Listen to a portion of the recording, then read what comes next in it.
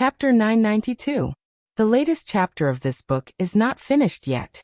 For more exciting content, please scan the QR code below to download the app. Novels are updated faster. Millions of novels are free to read. Novels with connotations that can't be found on the internet are available here. Yen country ushered in another cruel winter.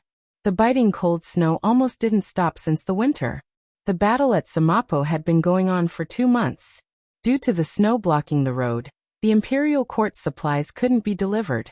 The soldiers at the border had been hungry for several days. They could only dig grass roots and gnaw on tree bark to satisfy their hunger. Otherwise, they would eat the corpses of horses. In the commander's tent, several generals and commanders gathered. No one spoke. The atmosphere was very solemn. About a year ago, a rebel army suddenly rose up in the southwest region of the Yen kingdom to fight against the empress. They spread rumors everywhere, claiming that the empress's throne was obtained through improper means. The retired emperor originally didn't intend to pass the throne to her. It was she who forced her biological father to step down from the throne and put him under house arrest in the harem. Only then did she ascend the throne. She wasn't really destined to be. Moreover, her methods were too cruel and fierce. Compared to the previous tyrant, she was even worse. She killed the loyal and good and preyed on the common people. If the emperor is not benevolent, the country will not be a country. The above were the words of the rebel army. Some were true and some were false. It was true that Shangguanyin forced the emperor to abdicate the throne. It was also true that she put him under house arrest. However, she didn't tyrannize, nor did she kill the loyal and good and the common people. As for whether she was destined to be or not, it depended on the benevolence and the wisdom of the wise. The sky was high and the empress was far away. The people in the southwest didn't know what kind of person Shangguanyin was. The rebel army wantonly spread rumors of Shangguanyin's atrocities. The common people began to question Shangguanyin's character as the country's ruler. The time of the rebel army's rise was very sensitive. On the surface, the 6 countries maintained peace, but in secret, they had long been competing with each other. The situation at the border was tense. The imperial court advanced a large number of troops to the border. In contrast, the rebel army didn't attract much attention from the imperial court. However, this was where the problem lay. Samapo belonged to Tsangzhou. Guomang, as the commander of Tsangzhou, received the imperial court's order to immediately lead 10,000 troops to Samapo to clean up the rebel army. Like the imperial court, he initially thought that the rebel army was just a few stragglers. It was only when the battle began that they discovered that the enemy's military strength far exceeded that of Tsangzhou's regular army. No one knew where these troops came from. They were like weeds that grew all over the Sima slope overnight. Guomang was an experienced general. He thought that the advantage in numbers didn't mean anything. After all, they were a regular army. The soldiers had the strongest physique and quality. The barracks were also equipped with the most powerful supplies and weapons. It was only a matter of time before they won. It was only when they started fighting that Guomang realized something was off. These rebels are really good at fighting. Moreover, their equipment and armor were as hard as those of the regular army. Both sides fought and Guomang suffered defeat after defeat. Not only did he fail to take down the rebel army's base, but he also lost a city. This city did not have a city wall, and the nearby Sima slope was a strategic location that could be attacked and defended. Guomang changed his previous aggressive fighting style and adopted a roundabout strategy. Originally, he wanted to stall for time while waiting for reinforcements from the neighboring Yunzhou to arrive. Unfortunately, the snow had sealed off the mountain. Not to mention reinforcements, they couldn't even transport rations over. The soldiers were cold and hungry, and the wounded soldiers couldn't get medical treatment. The morale of the army was at an all-time low. Guomang called his deputies over today to discuss the next step of the plan. The soldiers can't hold on any longer. This was Guomang's first sentence. No one in the tent could refute it. This time, they had been careless and underestimated the enemy. They didn't expect the Tsangzhou rebel army to be so difficult to deal with. Misfortune never comes alone. The snow had sealed off the mountain, making it impossible for rations and reinforcements to arrive. Did the heavens want them dead? I have a plan here. Guomeng said seriously. Everyone was not in the mood. They had suffered too many defeats and their confidence had long been shattered. Guomeng understood what everyone was thinking. In fact, he was the one who had collapsed the most. As the main general of this battle, he couldn't escape the blame. The others could say that they were following orders, and that they had to fight however the higher-ups wanted them to. But could Guomeng comfort himself like that? Obviously not. He spent a great deal of effort to stabilize his emotions that were on the verge of collapse. He licked his cracked and bleeding lips and said, "The enemy's military strength is more than twice our military strength. In addition, they have sufficient rations and combat power. We can't attack them directly." There was silence in the tent, as if no one was listening to his words. Guomeng looked at the falling snow outside the tent and continued, "We will attack the rebel camp at night and capture, or take Zhou Chongyue's head." Zhou Chongyue, the rebel army's leader. It was said that this person was born with superhuman strength, great martial arts, courage, and wisdom. He was the one who had used less than a year to expand a weak rebel army into a force of 20,000 soldiers. Taking his head was easier said than done. Fortunately, spies had sent news not long ago that Zhou Chongyue had accidentally fallen off his horse during training. He was trampled by the horse's hooves and was heavily injured. This was a good opportunity for them to severely injure Zhou Chongyue. Guomeng looked at everyone solemnly and said, "I know this mission is difficult, but this is our only way out.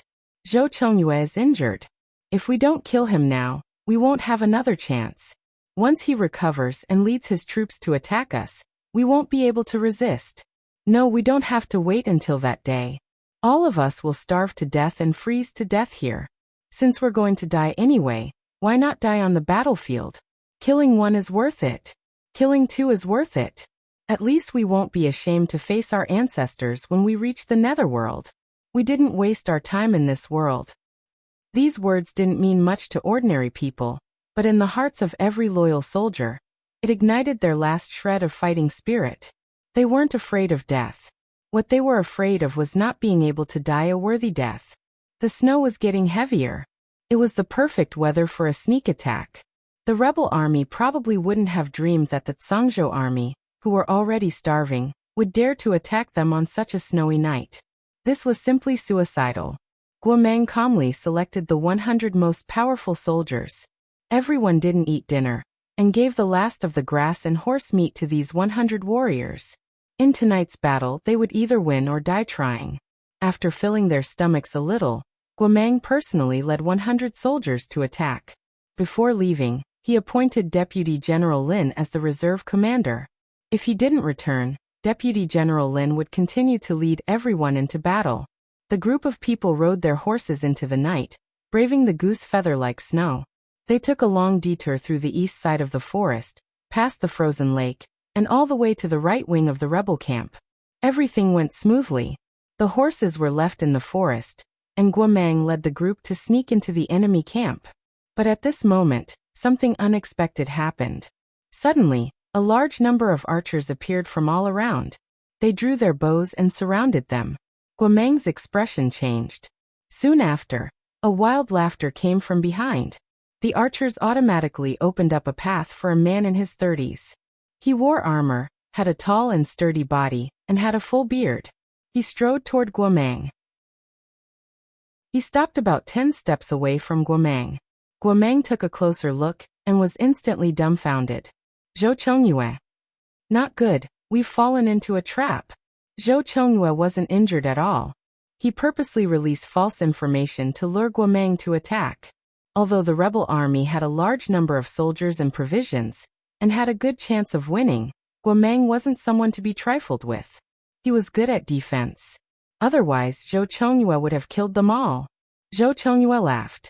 "General Guo, it wasn't easy to lure you here. Don't worry, let me finish. I admire General Guo very much. If General Guo is willing to surrender to me, I promise you that not only will I not kill you, but I will also protect your subordinates. The main road is blocked by snow. You must have been hungry for many days, right? What a coincidence. I have good wine and dishes to entertain General Guo and everyone." He finished speaking and clapped his hands. Behind the archers, a row of garrison cooks came over carrying braziers and roasted whole lambs. The aroma of the lamb mixed with the crispness of the sesame seeds made the already hungry Tsangzhou soldiers drool. Guomeng also swallowed his saliva. Zhou Chongyue smiled and made a gesture of invitation. General Guo, don't be so polite. Guomeng looked at the sizzling roasted lamb. His eyes glowed green. He drooled and walked toward the roasted lamb in a daze. Zhou Chongyue smiled with satisfaction. But just as he brushed past Zhou Chongyue, Guomeng suddenly thrust his sword at Zhou Chongyue. Zhou Chongyue's face changed color. Luckily, he reacted quickly and grabbed Guomeng's wrist in time. Guomeng was too hungry and couldn't use his full strength. Otherwise, his sword would have succeeded. General Guo, it seems like you refuse a toast only to be forced to drink a forfeit. Zhou Chongyue smiled coldly and kicked Guomeng in the chest. Guomeng fell to the ground with his sword. The rest of the Tsangzhou soldiers saw this and came back to their senses. They drew their swords and rushed toward Zhou Chongyue. A row of archers stood in front of Zhou Chongyue and surrounded Guomeng's group with the remaining archers. Zhou Chongyue said coldly, "Kill. Don't leave a single one alive." The archers released their arrows and the Tsangzhou soldiers fell one by one. Soon, the snow was dyed red with blood. Guomeng looked at the soldiers lying in a pool of blood. His eyes reddened and he gripped his sword tightly. "Zhou Chongyue, I will kill you." Zhou Chongyue snorted disdainfully. "Ha, with just you." He grabbed Guomeng's neck and lifted him up high. Guomeng's martial arts were not bad, but he was someone who had been hungry for 3 days. How could he be Zhou Chongyue's opponent? Just as Zhou Chongyue was about to break his neck, a sharp eagle's cry came from the vast sky. It carried a terrifying murderous aura. Even the snow in the sky seemed to freeze for a second. Zhou Chongyue frowned. In the next second, a ferocious eagle spread its snow-covered wings and swooped down. Ah! A mournful scream came from the crowd. It seemed that someone's eyeball had been pecked out by the eagle. Zhou Chongyue turned his head to look at the archer who was covering his right eye and rolling on the ground. Furrowing his brows, he threw away Guomeng in his hand and went forward to grab an archer's bow and arrow. Pulling the bowstring, he aimed at the eagle. However, before the arrow in his hand could be released, a murderous red-tasseled spear came through the air and pierced Zhou Chongyue's shoulder. Zhou Chongyue was caught off guard and was thrown to the ground by the terrifying force. He opened his eyes wide in disbelief. Amidst the swirling snow, a young man clad in silver armor rode a warhorse similarly clad in silver armor, treading through the snow. Despite his young and tender age, he had a pair of resolute and cold eyes. Thousands of soldiers and horses could not stop him. He pulled on the reins as if he was in a no-man's land. The red cape on his silver armor fluttered behind him. Arrows covered the sky and shot toward him, but there was no fear in his eyes. Zhou Chongyue looked at the wolf youth who was exuding endless bloodthirst. He frowned unconsciously. He thought that the person who attacked him was a powerful expert, but it turned out that it was a child. How old was he? Was he 13? How could he hurt him? He must have been careless and let him get away with it. He did not care if he was a child. If he hurt him, he had to pay the price. He wanted to twist his head off. Zhou Chongyue gritted his teeth and pulled out the red-tasseled spear on his shoulder. What shocked him was that this spear was much heavier than any of the red-tasseled spears he had ever held. He could not help but wonder what kind of spear it was. He turned his head to look. Damn! It was so ugly. Zhou Chongyue was shocked by the ugly red-tasseled spear with red flowers and red braids. In that instant, the young man had urged his horse to break through the archer's encirclement and came in front of him. The young man swung his whip and rolled the red-tasseled spear back. Then, the young man's warhorse raised its hooves and stepped on Zhou Chongyue who was about to attack. Zhou Chongyue immediately spat out a mouthful of blood. The young man held the red-tasseled spear and coldly pressed it against his forehead. Zhou Chongyue looked at the cold glint of the spear in front of him, and his body stiffened. He could not believe that he, who had never been defeated before, could not fight back in the hands of the young man. He raised his head to look at the cold and inexperienced youth on the horse's back. The youth had a face that could topple cities. But his gaze was cold and full of killing intent. He asked in a trembling voice, Who are you?" The young man said word by word, "Black Wind Rider Xianyuanxi." Digression. Xianyuanxi is a name in Jingkong. Do you remember? The latest chapter of this book is not finished yet. For more exciting content, please scan the QR code below to download the app. Novels are updated faster. Millions of novels are free to read. Novels with content that cannot be found on the internet are all available here. https://www.zhbqg.com/89642_896422826/1041333719. HTML Genius memorized this website's address in 1 second. www.zhbqg.com Bikugo mobile reading website. Chapter 993. The latest chapter of this book is not finished yet. For more exciting content, please scan the QR code below to download the app. Novels are updated even faster. Millions of novels are free to read. Novels with content that can't be found online are all available here. Zhou Chongyue was stunned. This child was actually from the Xianyuan family. Then it wasn't strange that he lost to him. No, it was still strange. Firstly, this child was too young. He looked like he was only 12 or 13 years old. Secondly, he had never heard of such a powerful young general from the Xianyuan family. There was a reason for this. He had always been in Zhao country, and had only entered the Black Wind camp this year. Although he was a direct descendant of the Xianyuan family, Xianyuanqi didn't give him any special treatment. He started from the lowest cavalry. He was assigned to Li Shun's command, and had always listened to Li Shun's orders to charge and break through enemy lines. This was the first time he had received command, and led troops to Tsangzhou to provide support. Therefore, it wasn't strange that Zhou Chongyue had never heard of him. In fact, it wasn't just Zhou Chongyue, even Guomeng and the others were stunned. Xianyuanqi was so strict with his child that it made one's hair stand on end. In order to prevent people from secretly taking care of him, he didn't even allow him to use his real name. He was still called Jing Kong in the army camp. Today, in order to intimidate this group of bastards, he revealed his identity. The effect was very good. Zhou Chongyue was stunned. The remaining 5,000 rebels were also stunned. For a moment, no one dared to charge forward. Zhou Chongyue dared to rebel because he had a strong heart. He quickly forced himself to recover from the shock. He looked at the young man who held him hostage with his red-tasseled spear. He clenched his teeth and said, "You're lying. I've never heard of such a person in the Xianyuan family.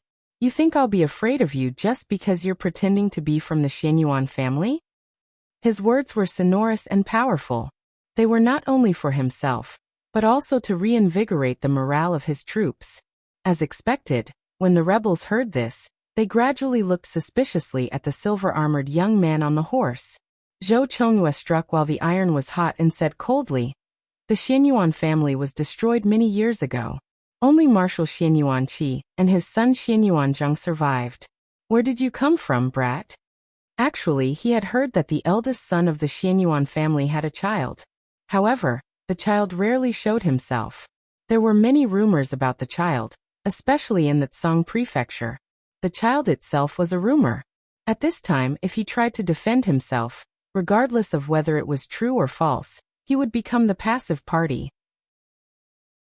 Guomeng looked worriedly at the silver-armored youth on horseback, worried that he would fall for Zhou Chongyue's provocation. However, the young man was not led by the nose by Zhou Chongshan. He looked coldly at his defeated opponent and said arrogantly, "I'll give you 2 choices. 1, surrender. 2, die. I'll count to 3. If you don't answer me, I'll take it that you've chosen the second option. 1, 2.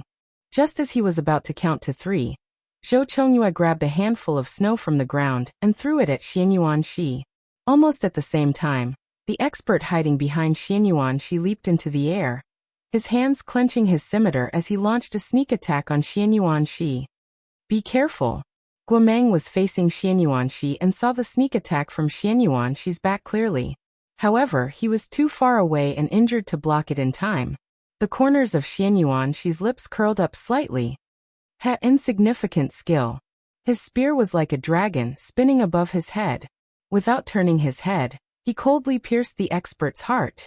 As for the snow that Zhou Chongyue had thrown, It was blown away by the warhorse under the young man before it could reach half of the ground. Zhou Chongyue's body trembled. F***ck. This horse can blow snow. 3. Xianyuan, she finished counting. He looked calmly at the stunned Zhou Chongyue. Looks like you've chosen the second option. No. I didn't even have time to say. The long spear gleaming with cold light fell, and the head of the rebel leader rolled to the feet of an archer. The archer was paralyzed with fear. Everyone shuddered. Reporting for General Zhou. Someone in the crowd shouted. Unfortunately, before he could finish, a bugle horn sounded not far away, and countless horses galloped over. One of the cavalrymen rushed at the front, carrying a flying eagle banner on his shoulder that fluttered in the wind and snow. That was the Xianyuan family's commander's flag.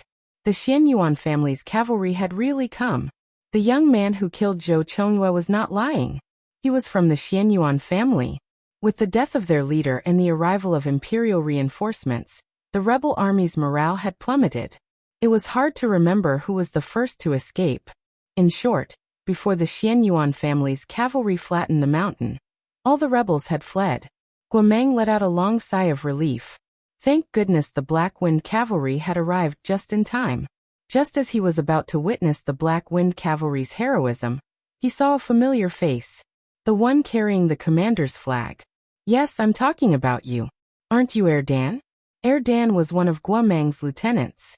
His surname was Zhang Minghuan, and Erdan was his nickname. Guomeng rubbed his eyes, thinking that he was seeing things. At this time, all the riders who had been shouting to charge and break through the enemy's lines had charged forward. However, he was completely dumbfounded. How were these the Black Wind Cavalry of the Xianyuan family? They were the remnants of the soldiers he had left in the camp. He turned to look at Xianyuan Shi in a daze. My lord, what's going on? He did not know Xianyuan Shi's official position, but judging from his majestic appearance, it should be above his own. Xianyuan Shi wiped his red-tasseled spear with a handkerchief and said calmly, Oh, I borrowed your men. Where are your men? Guomeng asked. Just me, Xianyuan Shi said. Guomeng staggered and almost fell. What do you mean just you? The imperial court only sent you as reinforcements? No, they sent quite a few, but they were all blocked by the snow. Only he and little Shi had rushed over. Guomeng swallowed and mustered up his courage to ask, May I ask how many reinforcements the imperial court sent? 200, Xianyuan Shi said. Guomeng was dumbfounded. Only 200? That's not enough. It'll take at least 10 or 20,000. Xianyuan Shi put away his red-tasseled spear and looked at him strangely. Why do you need 10 or 20,000 soldiers to escort the supplies? Guomeng was deeply shocked. You are actually just an escort for the supplies? Did the rebel army know that they were being played by a small group of cavalrymen transporting supplies? May I ask, from whom did you learn this skill of bluffing? Guomeng suddenly thought of an important question. Don't tell me your identity as a member of the Xianyuan family is also. My identity is real, Xianyuan Shi said. I am indeed a member of the Xianyuan family. After he finished speaking, he turned to look at the remaining soldiers who were waiting for orders and frowned. What are you still standing there for? Take it. Guomeng was speechless. Under Xianyuan Shi's leadership, the remaining soldiers of Tsang province plundered the rebel army's camp clean, leaving not a single grain of rice or thread behind. That night, the Tsang province army, who had been starving for many days, finally had a full meal. Although Zhou Chongyue was dead, his son was still alive, and so were the 20,000 soldiers of the rebel army. The weather was still bad, and the reinforcements from Yinzhou could not arrive. The Tsang province army only had 3,000 soldiers left, but only 2,000 could fight. Guomeng's suggestion was to defend. We've taken some supplies. We can defend until the Yinzhou army arrives. Xianyuan Shi did not agree with this idea. First, they did not know how long the weather would last, and the supplies would run out one day. Second, there were too many injured soldiers. They had to quickly take back the city and let the injured soldiers in for treatment. He said seriously, for a hot-blooded soldier, the saddest thing is not dying on the battlefield, but dying of illness in the barracks. Guomeng was stunned. He did not expect a 12 or 13-year-old boy to say something like this. Had he also experienced death and pain? Otherwise, why would he have such feelings? He would rather die in battle than die of illness. In the end, Guomeng agreed to Xian Yuanxi's plan. 3 days later, Xian Yuanxi led 2,000 soldiers of Tsang province to attack the rebel army's right wing. The rebel army had never seen the real Black Wind cavalry, but Xian Yuanxi's reputation had already spread. Coupled with the Xianyuan family's flag, all of the rebel army thought that the ones attacking them were the Xianyuan cavalry. The rebel army's morale was low, and Xian Yuanxi led the Tsang province army to attack the main commander's camp, scattering the 20,000 soldiers. Xian Yuanxi first caught the least number of soldiers and chased after them. The rebel army had no power to fight back. 2 hours later, Xian Yuanxi beheaded Zhou Chongyue's youngest son, Zhou Fengdong. 3 days later, Xian Yuanxi captured Zhou Chongyue's third son, Zhou Fengqiu. On the 7th day, Xian Yuanxi seriously injured Zhou Chongyue's second son, Zhou Fengxia. That night, Zhou Chongyue's eldest son, Zhou Fengchun surrendered. In just 7 days, 2,000 soldiers defeated Zhou Chongyue's 20,000 rebel army, ending a year of civil strife in the southwest. Xian Yuanxi could be said to have become famous in one battle. When Shang Guanyan received the news of victory from the southwest, he was overjoyed. Without waiting for Xian Yuanxi to return to court, he directly issued an imperial edict to the whole world, conferring Xian Yuanxi as the first marquis champion in the history of Yan Kingdom. A 13-year-old marquis, within the 6 countries, there was no one like him. Digression. The next chapter is going back to see Jiao Jiao. Guess if Jiao Jiao and Ahing had a second child? The latest chapter of this book is not finished yet. For more exciting content, please scan the QR code below to download the app. Novels are updated even faster. Millions of novels are free to read. Novels with content that cannot be found online are all available here. https://www.zhbqg.com/89642_8964226/10411430 HTML Genius remembered this website's address in 1 second. www.zhbqg.com Bikuga mobile reading website. Chapter 994. The latest chapter of this book is not finished yet. For more exciting content, please scan the QR code below to download the app. Novels are updated even faster. Millions of novels are free to read. Novels with content that cannot be found online are available here. For the time being, Xian Yuanxi did not know that he had been conferred the title of Marquis Champion. The civil strife in the southwest had been quelled, and he was preparing to return. Before leaving, he arrived at Sima Slope. Riding Little Shi, he stood on a high slope and gazed into the vast expanse of whiteness in the distance. Guomeng urged his horse to follow beside him. Seeing that he did not speak for a long time, Guomeng felt sure he could not figure out what he was thinking. After these days of contact, Guomeng had a whole new level of respect for this youth who was even younger than his own son. He had the frivolity and hot-bloodedness of a youth, but not the impulsiveness and naivety of a youth. He was brave and resourceful, and his temperament was steady. Guomeng often sighed with emotion. This youth seemed to be born for the battlefield. The cold wind whistled, and Guomeng felt a trace of coldness. He looked at the youth with cracked lips and firm eyes, and finally opened his mouth to ask, "Sir, what are you looking at?" "Xian Yuanxi said, "The mountains and rivers of the Yan Kingdom." Guomeng thought for a moment, then asked, "Then what do you see?" Xian Yuanxi said indifferently, "The Liang Kingdom is asking for a beating." Guomeng did not understand. How did the Liang Kingdom suddenly get involved? The topic had gone off the rails a bit too quickly. Xian Yuanxi was not stingy with his answer. Where did the rebel army's armor and weapons come from? Where did the money to raise the army come from? Zhou Chongyue is only a martial artist. How could he have such great ability? Guomeng's expression changed. "You mean, the Liang Kingdom is behind the chaos in the southwest?" A withered leaf flew over and gently landed in Xian Yuanxi's palm. Xian Yuanxi clenched his fist, his eyes cold. "The Liang Kingdom? He released his hand, and the withered leaf turned into fine powder, which was blown away by the wind into the snow. The chaos in the southwest had come to an end, and Xianyuan she set out to return to the capital. The road is still closed. Would you like to return a few days later? Guomeng tried to persuade him. No need. He had to rush back to spend the new year with Jiao Jiao. He nimbly mounted his horse. His silver armor and red cape fluttered in the wind behind him. He looked valiant and very handsome. Guomeng was stunned. This child was simply too good-looking. Of course, when it came to killing the enemy, they were not merciful at all. It was hard to imagine that such a handsome young man was the little killing god who had struck fear into the hearts of all the rebels on the battlefield a few days ago. Goodbye, General Gua. The young man patted the warhorse's neck and said with a smile, There are only 13 days left. Little Shi, I'm counting on you. The adult horse king raised its front hooves and tightened its muscles. It cracked open its mouth as if it was laughing wildly. I'm coming. All the horses in the barracks were knocked over by him. Like an arrow leaving the bow, it rushed into the endless wind and snow. A man, an eagle, and a horse braved the biting cold wind and snow.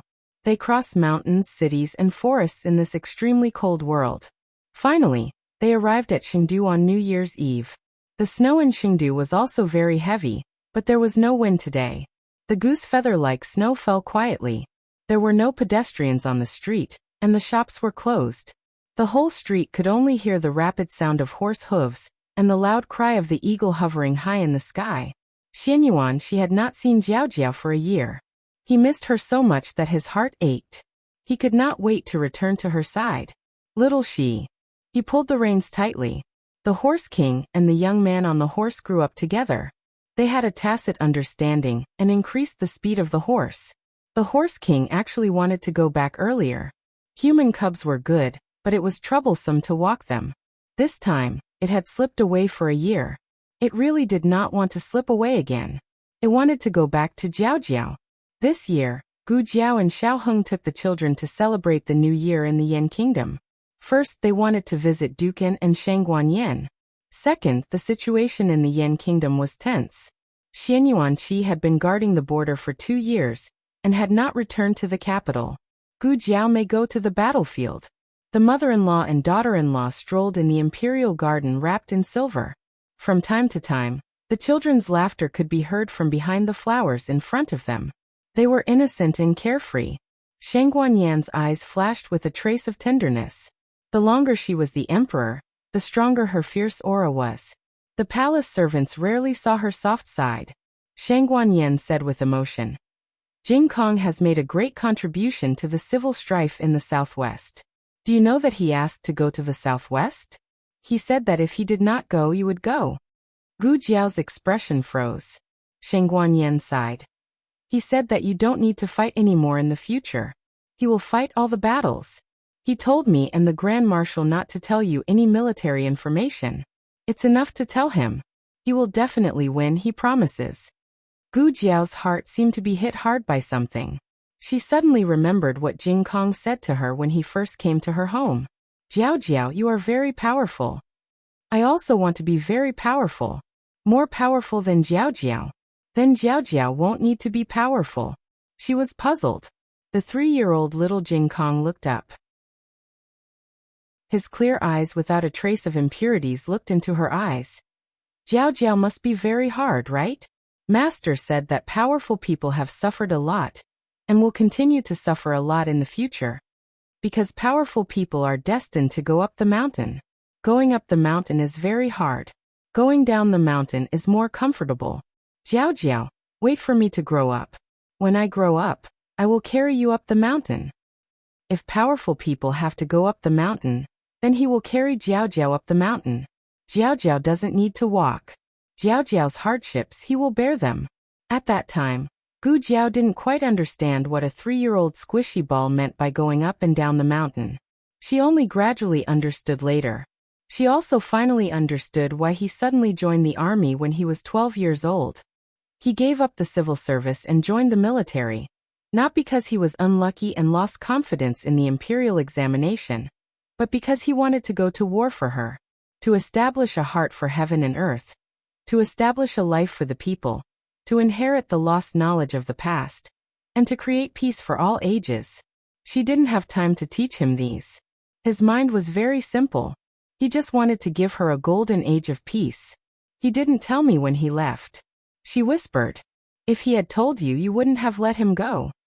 Shang Guanyin said, looked at Gu Jiao, and said, the war in the southwest is over. Jing Kong will come back soon. He will be very happy to see you. Gu Jiao nodded. She missed Jing Kong. She missed him very much.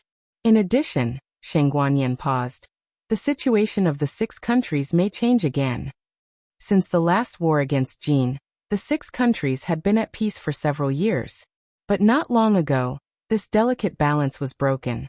Shang Guanyin proposed to build a water transportation system for the 6 countries, but it was opposed by all the countries.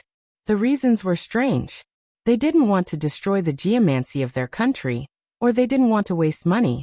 However, the reason was actually because of an island called Baoshan. Baoshan Island was located in Jin, the territory of Jin. When Jin was defeated, they ceded a lot of cities to seek peace, including Baoshan Island. However, Baoshan Island was a deserted island. No one took a fancy to it, so Yan Kingdom took it. Who would have thought that the people who reclaimed the island would find a gold mine on the island? The other countries were unbalanced. They all thought that Yan Kingdom deliberately concealed the mineral vein, making everyone mistakenly think that it was a deserted island. Now all the countries wanted a share of the pie. But this was impossible. Shang Guanyin would never give in. However, this was not the only reason for the tension in the 6 countries. There was another major reason, the Turks. The Turks had changed. The Turks were originally separated from Jin. There were a total of 13 tribes. Over the years, the major tribes were in their own way, and there were constant disputes. It was not that no one tried to unify the 13 tribes, but no one had the means. But just 3 years ago, the weakest Turk tribe suddenly rose and annexed the other tribes one by one. In less than 3 years, they ruled the 13 tribes that had been separated for hundreds of years. 2 months ago, the Turkic Khaganate established their country and named it Wei. Whether the 6 countries recognized it or not, it was a country that started a new era. The Wei king did not claim the title of emperor for the time being, but only a king. He probably wants to wait for the envoys of the 6 countries to arrive there and witness his enthronement ceremony before officially ruling the world. Shang Guanyin said and took out an edict from her wide sleeve. This is a letter written by the king of Wei, inviting the royal family of each country to attend his enthronement ceremony. Gu Jiao took it. She couldn't understand Jin's language, so she asked, "Is mother going?" Shang Guanyin said, "Qing'er said he wants to go, but I'm always a little worried, so I hope to find someone to accompany him. Let's see if it's you or uncle." Gu Jiao nodded. This was not a big problem. She could go, and Xin Yuanqi could also go. In addition, I want to remind you of one thing. Shang Guanyin said. "What's the matter?" Gu Jiao asked. Shang Guanyin frowned and said, "Rumor has it that the reason why the king of Wei can go from being the son of the weakest tribe leader to today is because he has a resourceful prime minister under him." Gu Jiao subconsciously asked, "What's his surname?" Shang Guanyin said, "Lu." Digression.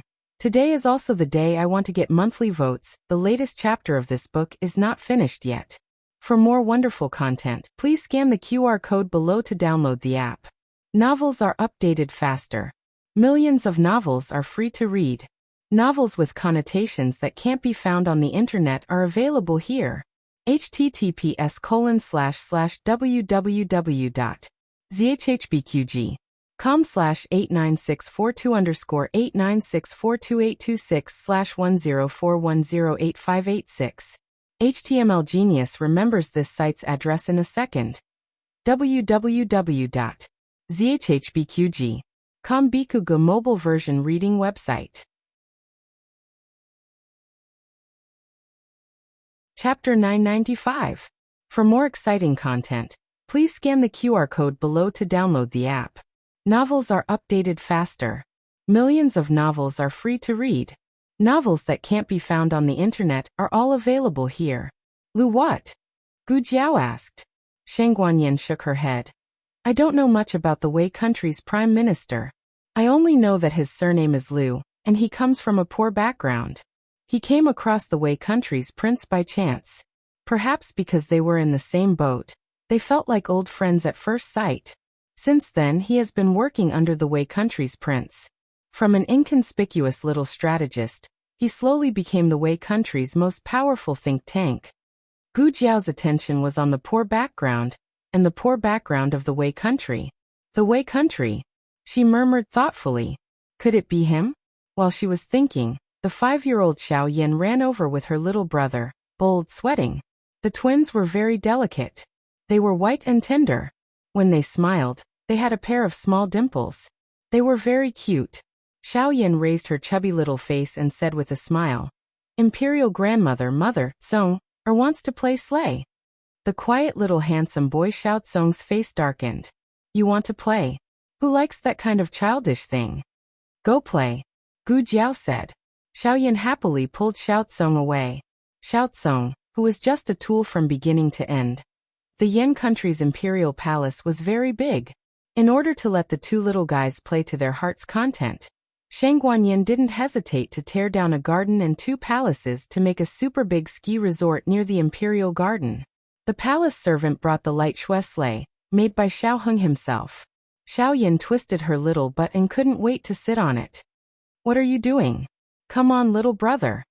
She especially liked to call Xiao Tsong little brother. But in fact, Xiao Tsong never thought of himself as a little brother. Originally, he should have been the first to come out, but this girl kicked him aside and snatched the first place from him. So he was actually the older brother. Xiao Yan spread her hands and raised her eyebrows. Are you afraid? Xiao Tsong sat on it expressionlessly. The first place was taken by Xiao Yan. He sat behind Xiao Yan. He quietly pinched the corner of Xiao Yan's clothes. Xiao Yan tightened her grip on the reins and said proudly, Don't tell me you secretly pinched my clothes again? Xiao Tsong's expression froze, but his tone remained the same. I'm afraid that you'll fall. Xiao Yan patted her chest and said crisply, It's okay to be afraid. You're the younger brother. Big sister will protect you. Xiao Tsong, don't imitate your uncle. Xiao Yan smiled mischievously. Sit tight. Wasn't it just a sleigh pulled by a few palace servants? It wasn't that fast either. Did they think that they couldn't sit properly? Just as Xiao Tsong finished muttering to himself, he saw a black horse galloping over at lightning speed. It picked up the rope of the sled and galloped off. Xiao Tsong's face turned pale. Why was it little Shi? He didn't have time to jump off the sled or call for help. Little Shi was running too fast. As soon as he opened his mouth, he was blown into a little sad frog. Little Shi ran 3 laps before stopping. The twins' hair was blown into a chamate style. Xiao Yan was so excited that she clapped her hands. One more time. One more time. Xiao Tsong calmly got off the light shui and covered his chest with his hands. With a cold expression, he knelt down in the snow and vomited. On the other side, Xian Yuan she finally saw Jiao Jiao, whom she had been longing for. Everything had changed over the years, but Jiao Jiao was still the same in his eyes. Gu Jiao Jiao was wearing a light green brocade cloak. The edge of her hat was inlaid with a circle of snow-white fur. When the wind blew, the fur swayed gently, making her skin look even more beautiful. Jiao Jiao. He couldn't hide the excitement in his heart as he called out her name loudly. When Gu Jiao Jiao heard him, she immediately turned around and saw the travel-worn youth across the frozen lotus pond. A trace of surprise flashed through her eyes, and the corners of her lips curled up. Jing Kong. Xian Yuan she used his qinggong and leaped into the air.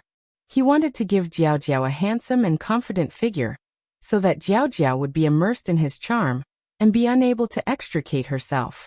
At the same time, he wanted to prove to Jiao Jiao that he was no longer the little wrestling monk from before. The palace maids all screamed. Heavens, which girl could resist such a beautiful youth falling from the sky? Gu Jiaojiao also smiled as she looked at the youth flying towards her. Just as he was about to land, a crisp and demonic voice suddenly sounded from not far away. Uncle Jing Kong. Ah. Xian Yuanxi's breath stagnated, his body stiffened, and he fell from the air. It was neither close nor far. and he just happened to fall in front of Gu Jiaojiao. His handsome face fell, and he fell flat on his face. Gu Jiaojiao, Sheng Guanyan, all the palace mates. The culprit Xiao Yan ran over and squatted beside the uncle Jing Kong. She tilted her head and looked at him curiously. 3 seconds later, she copied the same posture as the uncle Jing Kong.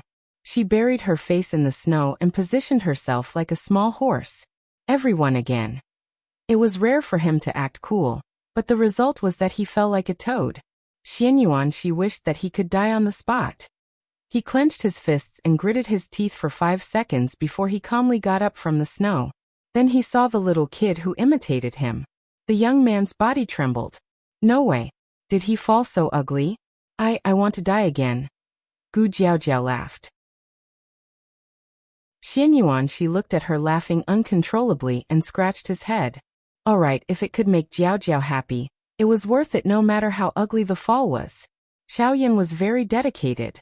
No one helped her up, so she kept her unconscious posture. Sheng Guanyan was angry and amused. Get up.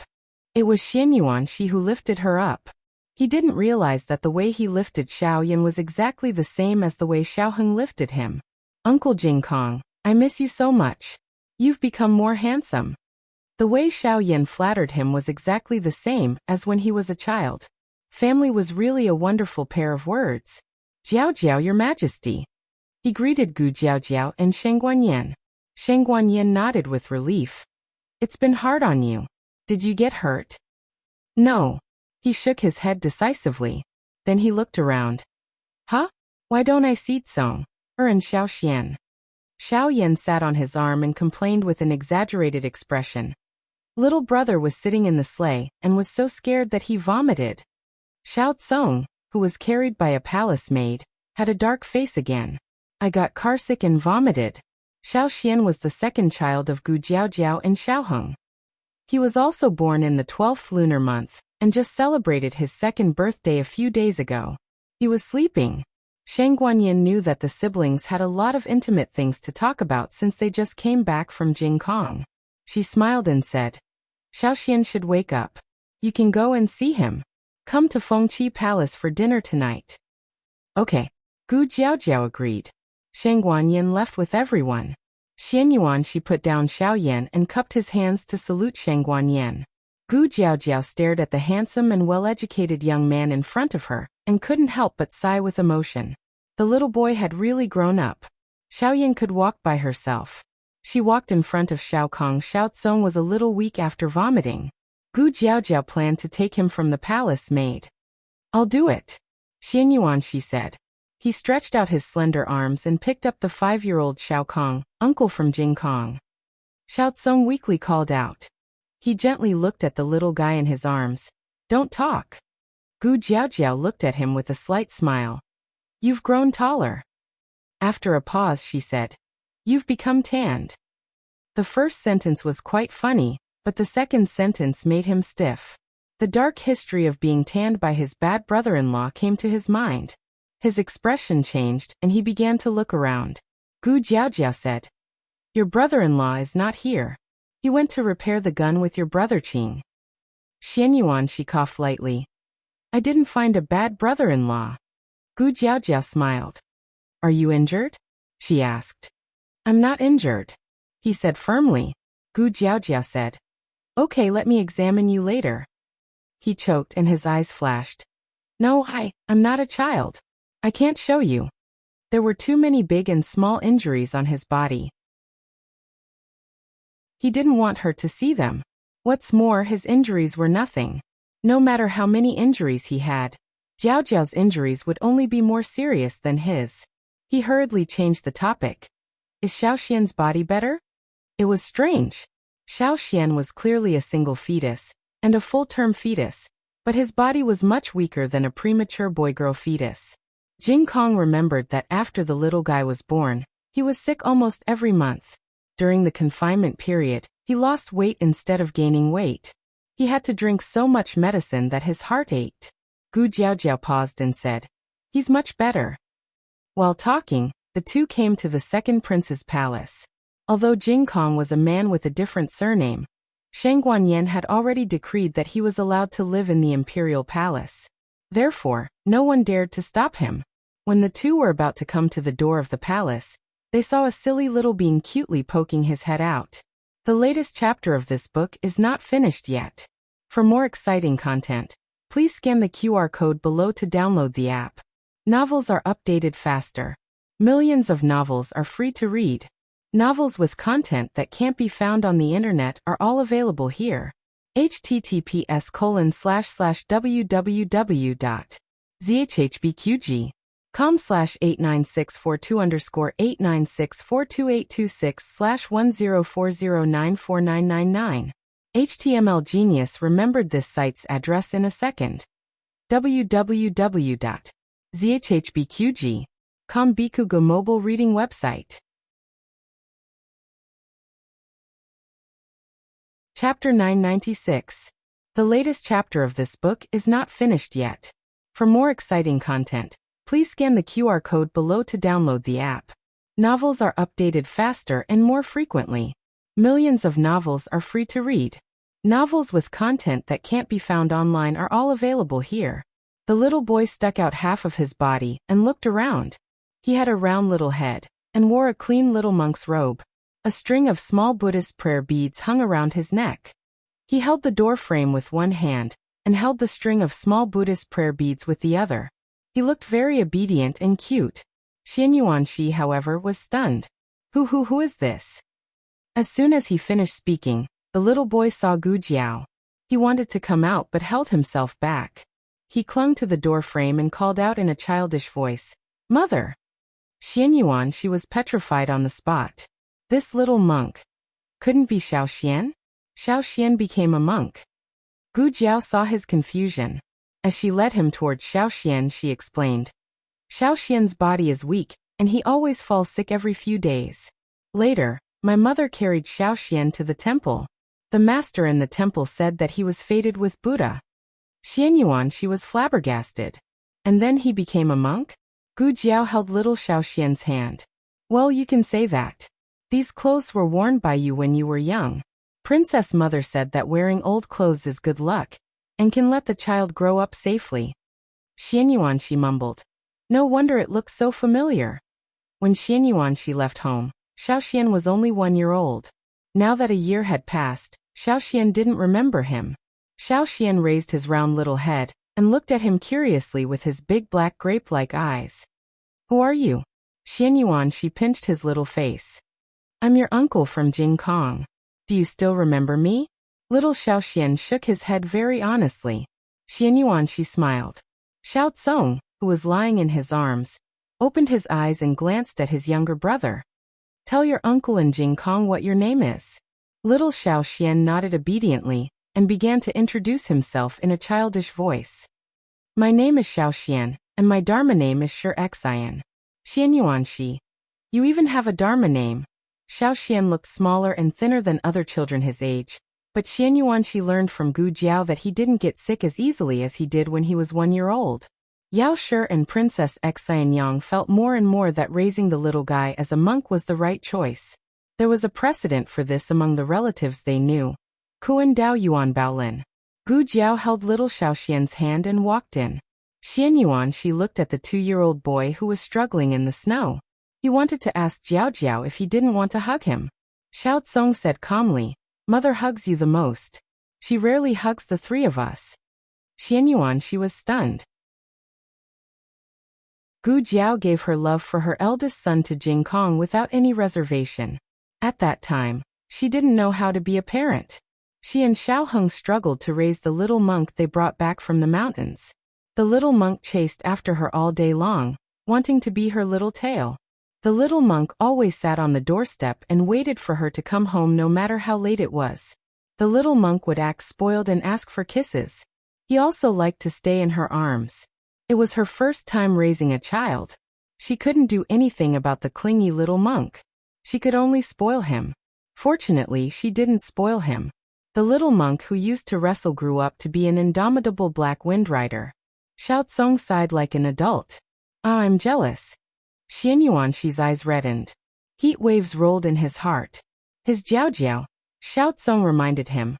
Uncle, you're hugging me too tightly. I can't breathe. Xiao Heng and Sheng Guanqing came back 2 hours later. His harem was getting bigger and bigger. After his first wife, he had 6 more concubines, all of whom had top-grade firearms. Today, his first wife's firearm was broken. It took a long time to fix it.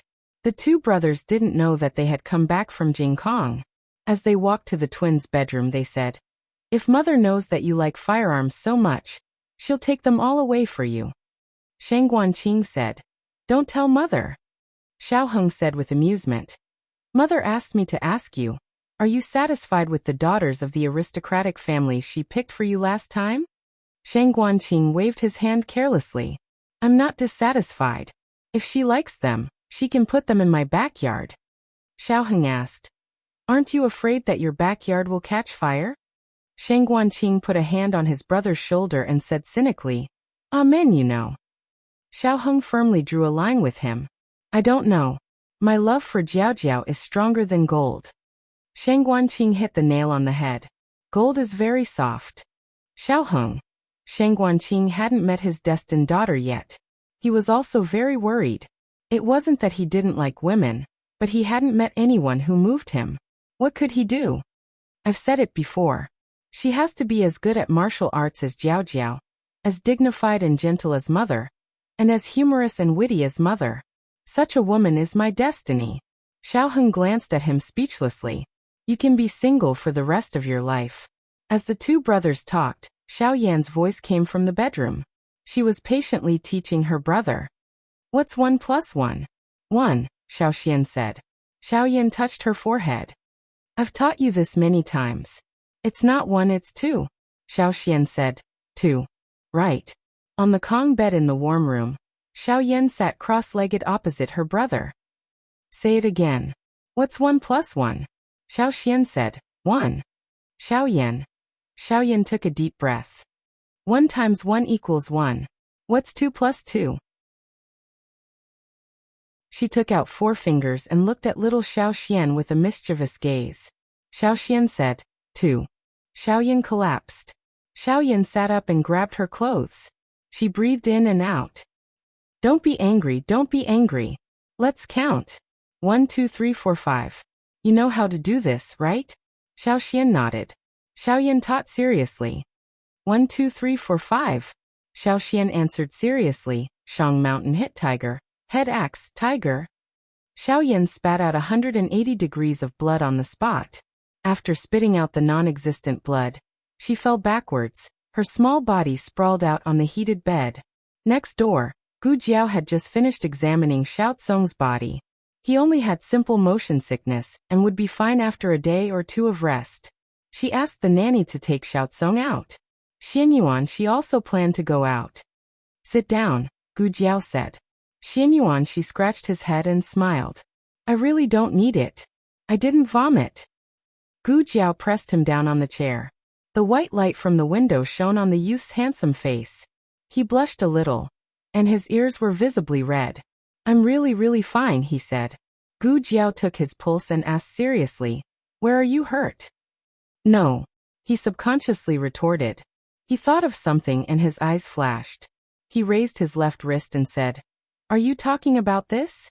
Gu Jiao lifted his sleeve slightly, revealing a red and swollen bruise. He said carelessly, I didn't hold the red tasseled spear properly that day and accidentally twisted it.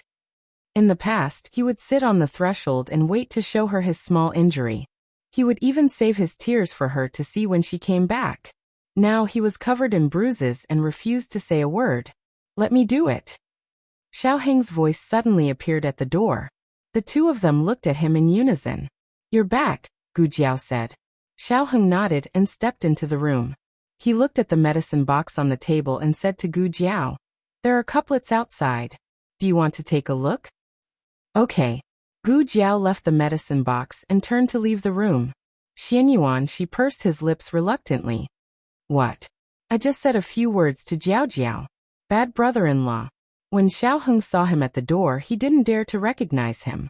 He hadn't seen him for a year and he had grown taller and more mature. He was no longer that immature child.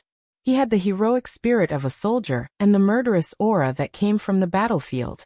But when he spoke, Xiao Heng was sure that he was still the little monk who fought with him in a battle of wits and courage. Xiao Heng said to him, "Okay, Jiao Jiao is gone. There's nothing to hide. Take off your clothes."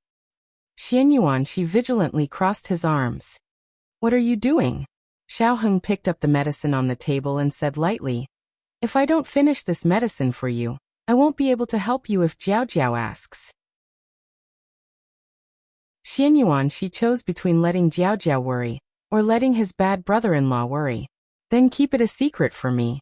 Don't tell Jiao Jiao." "Got it." He unbuttoned his clothes, revealing the mottled scars all over his body. When he was a child, Xiao Heng bathed him. Xiao Heng knew exactly where he had pockmarks on his body. Xiao Heng knew that he would be injured, but he didn't expect it to be so serious. Although most of the scars had healed, he must have been in a lot of pain at the time. This was also a child that he had raised himself. "You." Xiao Heng's throat swelled with pain. Xian Yuanxi pretended not to see his slightly red eyes. He turned his face and said, "Hurry up, I'm cold." The tip of his nose was also sore. It was strange. He didn't want to cry, but when his bad brother-in-law's eyes turned red, he couldn't help it. The latest chapter of this book is not finished yet. For more exciting content, please scan the QR code below to download the app. Novels are updated faster. Millions of novels are free to read. Novels with content that can't be found online are all available here. https://www.zhbqg.com/89642_8964286/1040894667. HTML Genius remembered the website address in 1 second. www.zhbqg.com Bikugo mobile reading website.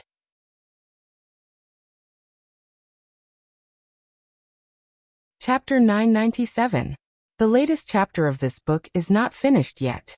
For more exciting content, please scan the QR code below to download the app. Novels are updated faster. Millions of novels are free to read. Novels that can't be found on the internet are all available here. Xiao Heng stayed in the room for half an hour before coming out. Just now, he deliberately gave Gu Jiao a reason to leave. Not because Gu Jiao really wants to read the couplets. Sure enough, he went next door. Gu Jiao sat there motionless. That quiet look of hers made one's heart ache. Gu Jiao heard him push the door open. She got up and looked at him. Her tone was calm, but her eyes were worried. "How is Jing Kong?" Xiao Heng entered the room and put the empty bottle of medicine on the table. The answer was already obvious. Such a big bottle, their whole family can't use it in a year. It can be seen how many injuries Jing Kong has. Gu Jiao sullenly put her forehead on his tight chest. He raised his slender hand and gently rubbed her head. When she was depressed, he always comforted her like this. Xiao Heng whispered, "Don't be too sad."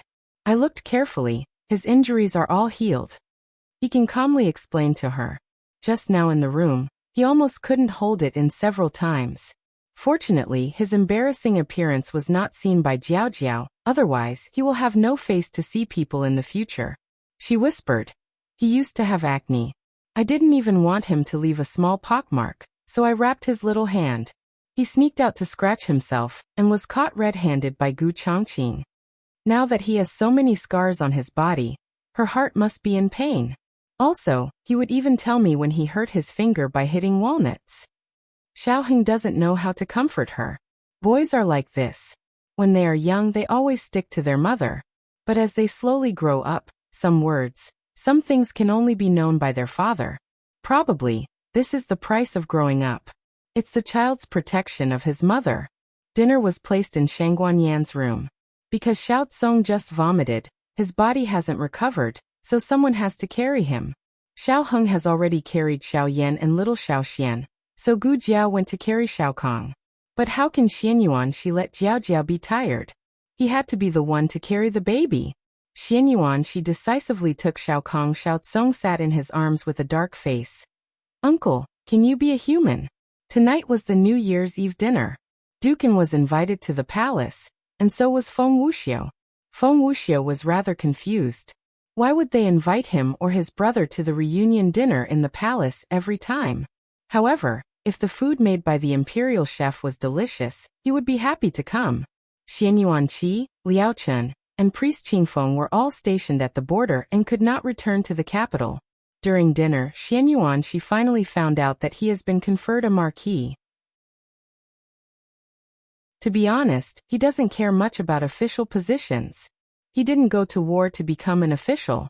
However, if he can show off to his bad brother-in-law, then he will be very happy. He picked up some vegetables with his chopsticks and said in an accent, some people are only the top scorer at 19 years old, but some people are already marquises at 13 years old. At the table, except for Xiao Yan and little Xiao Xian who didn't understand, everyone's mouth twitched. The familiar recipe, the familiar taste, that arrogant little monk is back. But what kind of Versailles is this? Only the top scorer at 19 years old? How do you want other top scorers to live? Also, should I remind you that your bad brother-in-law is the young chancellor of the Imperial College at 13 years old? The ceiling of one civil and one martial arts is taken down by the two of you. Xian Yuanqi raised his chin and snorted. I don't care. In any case, I am better than my bad brother-in-law. Xiaoheng picked up a piece of freshly deboned fish for him. Eat your food. Xian Yuanqi didn't feel like eating meat when he was 10 years old. In the beginning, he could only drink a bit of meat soup. Later on, he gradually ate a bit of small fish and shrimp. Now he can also eat a bit of lean meat. He just can't eat too much. Xian Yuanqi snorted and began to eat heartily. At this time, he was a carefree child again. New Year's Eve was also Xiaoheng and Xian Yuanqi's birthday. The imperial kitchen made longevity noodles for the two, and Xian Yuanqi finished it all in one gulp. He never went hungry at home, but on the battlefield, he went hungry every few days. This caused everything he ate to be especially delicious. The adults at the table saw him like this and couldn't help but feel some heartache. Dukan smiled and tried to smooth things over. I almost forgot to give you a present. Xian Yuanqi took his head out of the bowl of noodles. Oh, there's a present? For me? Dukan smiled. You and Ahing both get one. Everyone gave Xiaoheng books, antiques, calligraphy, and paintings as gifts. The gifts for Xian Yuanqi were much more varied. Gu Jiao gave him a newly made 9-section whip. Gu Xiaoshan also designed a hidden weapon on the whip. It could be used to attack, defend, and sneak attack. Xian Yuanqi went outside to try it out. The weight and length were just right, and the flexibility was perfect. He liked it very much. He tied the whip to his waist and returned to his seat. He asked Xiaoheng, Brother-in-law, what do you have for me? Xiaoheng said indifferently, No, I didn't know you were coming back. Just as he said this, there was a sudden whoosh from outside the hall. Immediately after, golden fireworks bloomed in the endless sky. Fireworks. Xian Yuanqi's eyes widened, and he dashed out with a whoosh. Xiao Yan was extremely anxious. I also want to see. I also want to see. I also want to see. The doors and windows were wide open. The position of the reunion dinner was excellent. The angle of the fireworks was also carefully calculated. Sitting down, one could watch the fireworks feast. But the fireworks were gorgeous, so everyone went to the small garden outside the hall. The colorful golden fireworks bloomed again and again.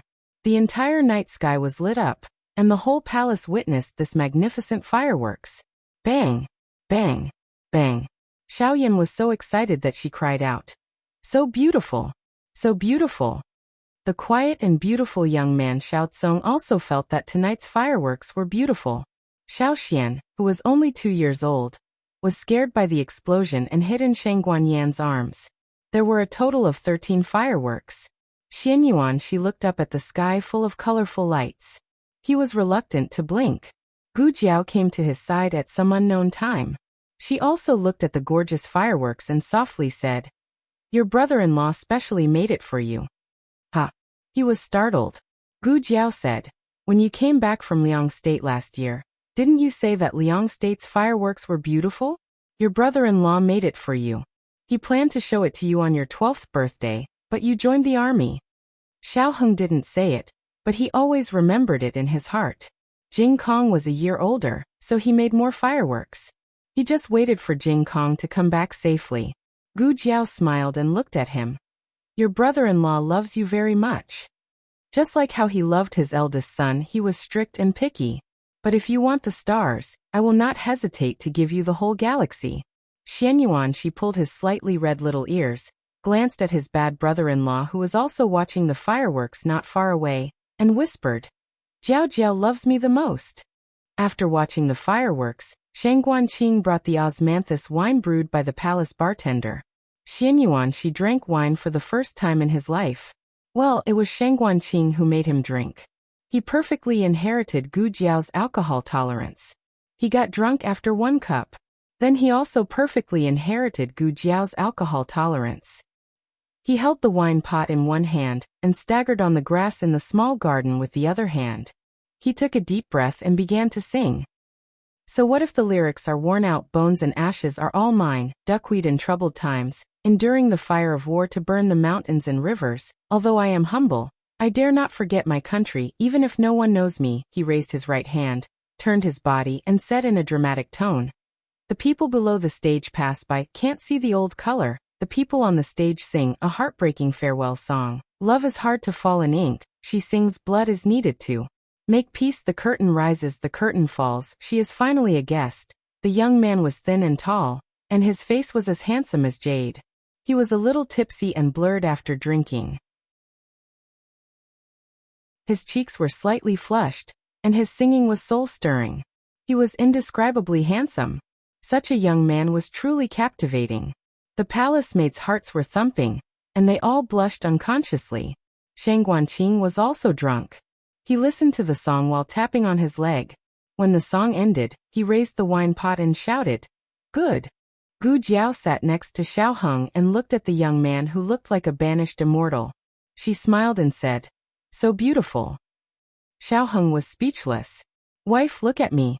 Xian Yuan, she drank 2 more mouthfuls, and was so drunk that he passed out. Xiao Heng came over and carried him back. I can walk by myself. He waved his hand and refused. Xiao Heng looked at him with anger and amusement. Walk a few steps for me to see. Xian Yuan, she was speechless. Xiao Heng carried him up. Xian Yuan, she lay on his back and squeezed his shoulder. He muttered, Bad brother-in-law, why do I feel that you have become smaller? You have grown up. How could he become smaller? An 8-year-old child and a 13-year-old child lying on the same back would naturally feel different. Xian Yuan, she was drunk, but he did not forget to ask worriedly, Can you carry me? Xiao Heng carried him in the direction of the bedroom. I'm only 27. I'm very young. Why can't I carry a 13-year-old child? Oh. Xian Yuan, she buried his face in his shoulder and said vaguely, Then promise me. Don't get old. You and Jiao Jiao. Don't get old. Xiao Heng smiled. Okay, I won't get old. Xian Yuan, she hugged Xiao Heng's neck and muttered drunkenly, It doesn't matter if I get old. You raise me when I'm young, and I'll raise you when you're old. The latest chapter of this book is not finished yet. For more exciting content, please scan the QR code below to download the app. The novel will be updated even faster.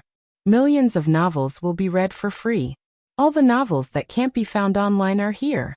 https://www.zhbqg.com/8964/_89642_826/1040757778.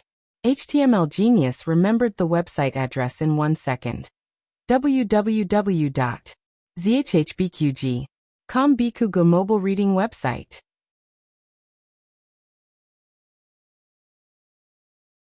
Chapter 998.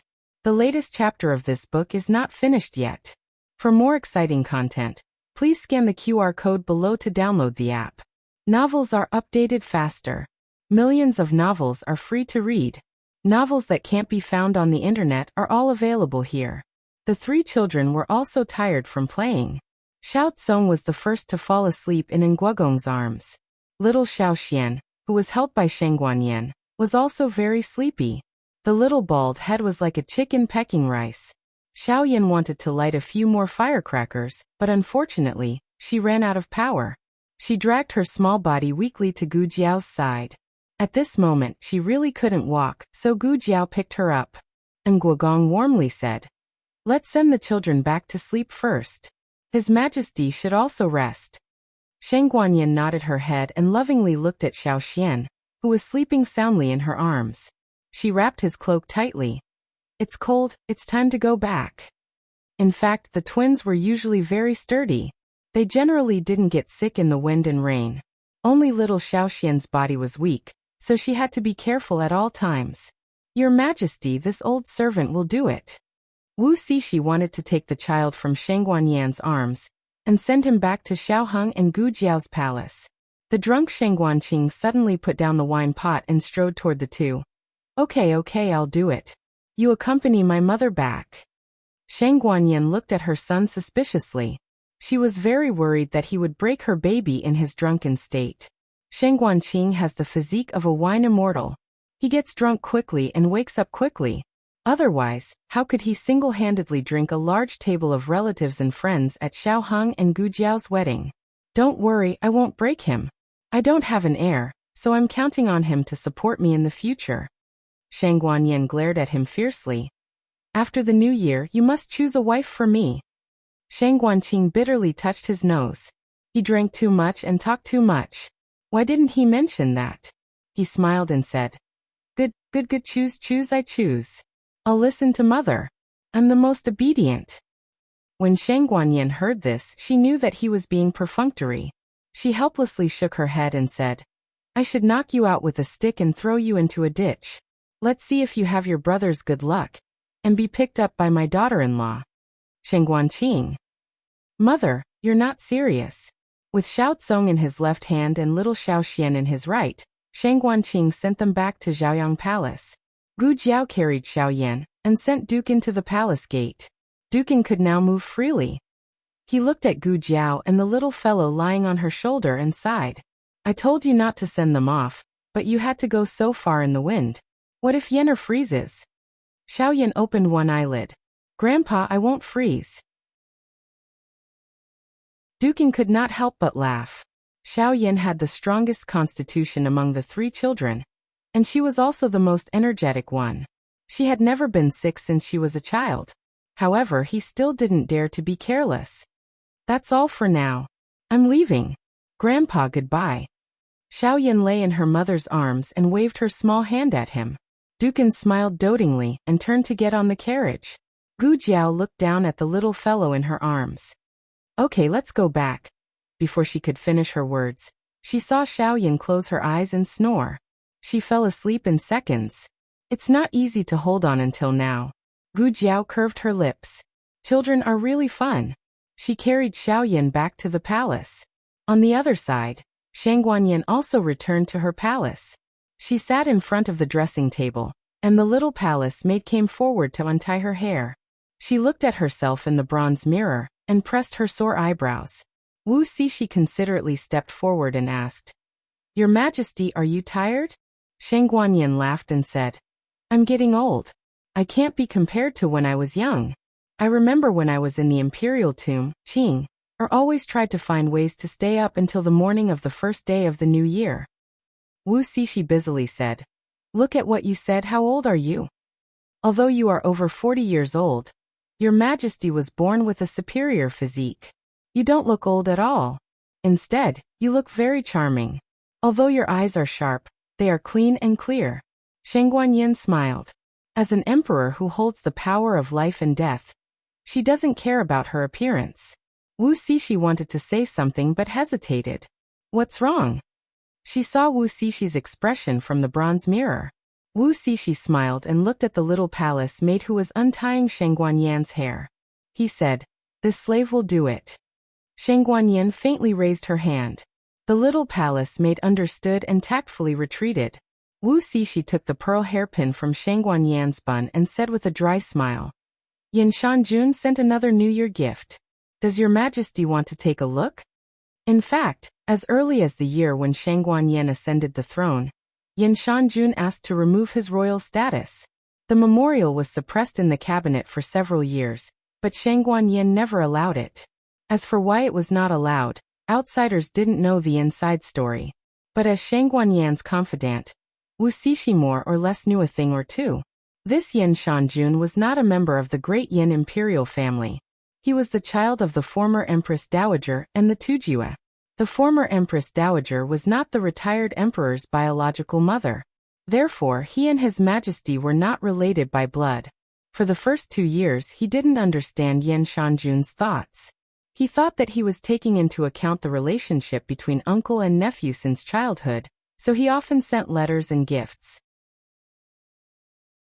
Until one time, he accidentally bumped into Yin Shanjun, who came to the imperial palace to visit His Majesty. Yin Shanjun put His Majesty on the desk and deeply stared at His Majesty, saying, "Shangguan Yan, I told you, when we meet again, I will not be your imperial uncle." My goodness, he only hated that he was not blind and deaf. If he bumped into this, he was afraid that he would be silenced. Fortunately, His Majesty was merciful and didn't mention killing him. His Majesty later pushed Yin Shanjun away. As for whether it was because he disturbed him or His Majesty didn't have any interest in Yin Shanjun, he didn't know. "No need, put it in the warehouse," Shangguan Yin lightly said. Wu Cixi opened his mouth. "Ah, this?" Shangguan Yin coldly looked at him from the bronze mirror. "What this? If I tell you to do it, then do it." While Wu Cixi was worried about what to do, Shangguan Qing came. Wu Cixi felt as if he had been granted amnesty. Shangguan Qing stepped inside. "I'll talk to my mother for a while. You go and get me a bowl of hangover soup." "Yes. Yes." Wu Cixi hurriedly retreated. No one helped her with her hair, so Shangguan Yin had to do it herself. Shangguan Qing pulled a stool with his foot and sat down beside her. He tilted his head and looked at her with a smile. "My mother is beautiful. Those women outside can't be compared to her," Shangguan Yin lightly said. "Do I need you to say that?" Shangguan Qing curled his lips. "Well, you're quite good at it." "Song. And the others are asleep?" Shangguan Yin took off the hair clip on her head. Shangguan Qing hummed. Shangguan Yin said, "Then why did you come to my palace in the middle of the night? Did you drink too much and went to the wrong palace?" Shangguan Qing bluntly said, "I heard that Yin Shanjun gave you a New Year gift again. I want to see it." Shangguan Yin calmly said, "If you want to see it, go see it yourself." Shangguan Qing suddenly changed the topic. "He's a nice guy." Shangguan Yan's action of removing the earrings paused. She looked at her son from the bronze mirror. Shangguan Qing was bowing his head and admiring his new official boots. She didn't ask Shangguan Qing how he knew. Shangguan Qing looked unreliable, but he was actually very clever. Many things can't be hidden from him. "Are you worried that I won't be willing to find a stepfather for me?" "No, I'm already so old. Having a stepfather won't affect me much. And," he paused and said, "Yin Shanjun is very good to me. There are some things he didn't want me to tell you. I thought it would be better to tell you. I don't want to force you to accept anyone's feelings. I want you to know the whole truth, and then carefully consider your own choice. When I was a child, I always liked to escape from the imperial mausoleum to explore the outside world. Although there were guards following me, I always liked to drill into dangerous places. Several times I escaped from death thanks to Yin Shanjun. He was not in the capital for a few days. People always thought that he liked to travel. Many times he actually went to find me, but he couldn't say it. He was afraid that Imperial Grandfather would find out and suspect that you colluded with him. He took out a wooden dagger from his arms. There were a few teeth marks on it. It was bitten by the woman who was about to give birth under the Ghost Mountain. When I was 7 years old, he made it for me. Also, when you were dealing with the Crown Prince, he revealed a lot of information about the Crown Prince's mansion to the palace people around you. So, if you don't accept him because you are worried about me, you can dispel this doubt." The next day, Xiao Heng paid the price for carrying the Jing Kong. When he woke up, his waist and back were sore. "That kid is too heavy." When he was a child, he always looked a year younger than his peers. How could he grow so much when he was older? At 13 years old, he was taller than Gu Yan and Gu Xiaoshan, who were 15 years old. Gu Jiao sat up and looked at him. "There were so many guards, but you had to carry it yourself. Does it hurt?" "It doesn't hurt." Xiao Heng put down the hand that was rubbing his back in a second, and sat up straight to save face. Gu Jiao pursed her lips and slowly pulled back the quilt behind her, revealing 3 small black heads. The 3 of them looked at him with blinking eyes. Xiao Heng was stunned. Gu Jiao said mischievously, "Did you hear that? Just now, father said it doesn't hurt. We can go hiking today." Xiao Heng. Digression. Ha ha ha ha, I can't hold it in anymore. The latest chapter of this book is not finished yet. For more exciting content, please scan the QR code below to download the app. Novels are updated faster. Millions of novels are free to read. Novels with connotations that can't be found online are all available here. https://www.zhbqg.com/89642_896428226/10407069. HTML Genius memorized the website's address in a second. www.zhbqg.com Bikugo mobile reading website.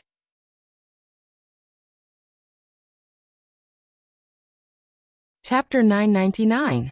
The latest chapter of this book is not finished yet. For more exciting content, please scan the QR code below to download the app. Novels are updated faster and more frequently. Millions of novels are free to read. Novels with connotations that can't be found online are all available here. In the Yen Kingdom, there was also a custom of burning incense on the first day of the new year. Gu Jiao's mountain climbing actually meant going to the temple to burn incense. They couldn't get the first incense, so they tried their best to reach the temple before noon, burn a few incense sticks, and eat a vegetarian meal. The 3 little ones remembered that they wanted to go out and play, so they came early. Xiao Heng was tired for most of the night, so he was still asleep when the children came. Xiao Yan looked at her father, who was lazing in bed for the first time in her memory, and couldn't help but remember how her father carried her uncle last night. She asked her mother if her father couldn't carry her uncle and was injured. If her father was injured, then he definitely couldn't climb the mountain today. But her father just said that it didn't hurt. Yay! Let's climb up. Xiao Yan scrambled to her feet. She first pulled Xiao Tsong up, then clumsily carried the 2-year-old Xiao Xian down. She giggled and said, "Daddy, you're awesome. Uncle in Jing Kong is already so old. Yet you can carry him." With this flattery, Xiao Heng didn't even have the leeway to go back on his word. Otherwise, wouldn't he become a weak father? He wanted face in front of his wife, but he also wanted dignity in front of his children. He cleared his throat and said without changing his expression, "Cough, of course, your uncle is heavy." Xiao Yan happily brought her 2 younger brothers out of the house. "We're going to climb the mountain." Gu Jiao looked at him with smiling eyes. Xiao Heng grabbed her hands, turned over, and pressed her under his body. He punishingly bit her soft lips and said fiercely, "You did it on purpose, didn't you?" Gu Jiao guiltily blinked her eyes. "Then are you going to punish me?" Xiao Heng, who was already punishing her. If this wasn't a punishment, then he would have to punish her even more. But after he was punished, he probably wouldn't be able to leave the house today. He took a deep breath and kissed her lips again. "I'll remember this and punish you when I come back tonight." After saying that, he suppressed the urge to be easily aroused by her early in the morning, and let go of her. Then he saw her take out 1 box, 2 boxes, 3 boxes of Taotao from the small medicine box. Taking the initiative to accept the punishment, he was extremely obedient. Xiao Heng. Xianyuan. She lived in Zhaoyang Palace. After waking up their father, the 3 little kids went to wake up their uncle from Jing Kong. Xianyuan. She had a hangover after drinking a glass of wine. When he woke up, his head was buzzing. "Uncle, uncle." Xiao Yan jumped around his bed. "Wake up. We're going to climb the mountain." "Oh." Xianyuan. She drowsily raised his other hand to block the dazzling light. Coincidentally, at this time, the little palace maid who came into the room to help him wash up came in with a basin. At a glance, she saw the lazy and handsome young man under the morning light. Her eyes swept past him, and inadvertently caught a glimpse of the slightly moving small Adam's apple. She only felt her heart throbbing. Her footsteps staggered, and the water in the basin spilled. "Get up! Get up!" Xiao Yan turned into a little loudspeaker spirit, and kept talking in Xianyuan Shi's ear. Xianyuan, she pulled the quilt to cover his head. She put her small head into the quilt and continued to talk tirelessly. Heaven's way of reincarnation. Xianyuan, she, who had been talking to others, finally experienced the despair of his grandaunt and others. He was annoyed by Xiao Yan and sat up without any love for life. Okay, uncle is getting up. After breakfast, a group of people took a carriage to the Lingyin Temple in the outer city. Shang Guanyin was not in the entourage. Only Shang Guanqing and Xiao Heng's family were with them. There were too many pilgrims coming to the temple. The carriage could not go any further when it was 1 li away from the foot of the mountain. A group of people got off the carriage and walked. There were too many people here. It was impossible to let the children walk on the ground. Shang Guanqing held Xiao Zong, and Xiao Heng held little Xiao Xian. Xiao Yan poked her small head out from behind Gu Jiao and smiled at Xianyuan Shi. Uncle from Jing Kong. Xianyuan Shi's eyebrows twitched. He braced himself and picked up Xiao Yan. Xiao Yan shook her head and talked all the way. Xianyuan Shi's head was about to explode. Xiao Heng held little Xiao Xian in one hand and held Gu Jiao in the other, leisurely following behind. Seeing that the former little monk was annoyed by Xiao Yan's quarrel, a certain someone is very happy. Bad brother-in-law, you're not allowed to gloat. A certain someone snorted coldly. Xiao Heng's smile froze. After confirming that Jing Kong did not turn around, he thought. Are your eyes on the back of your head? How could you notice this? The group entered the temple and offered incense. The 3 little guys kowtowed and worshipped Buddha. They looked very proper, especially little Shirxin, who was wearing a small monk robe and small Buddha beads.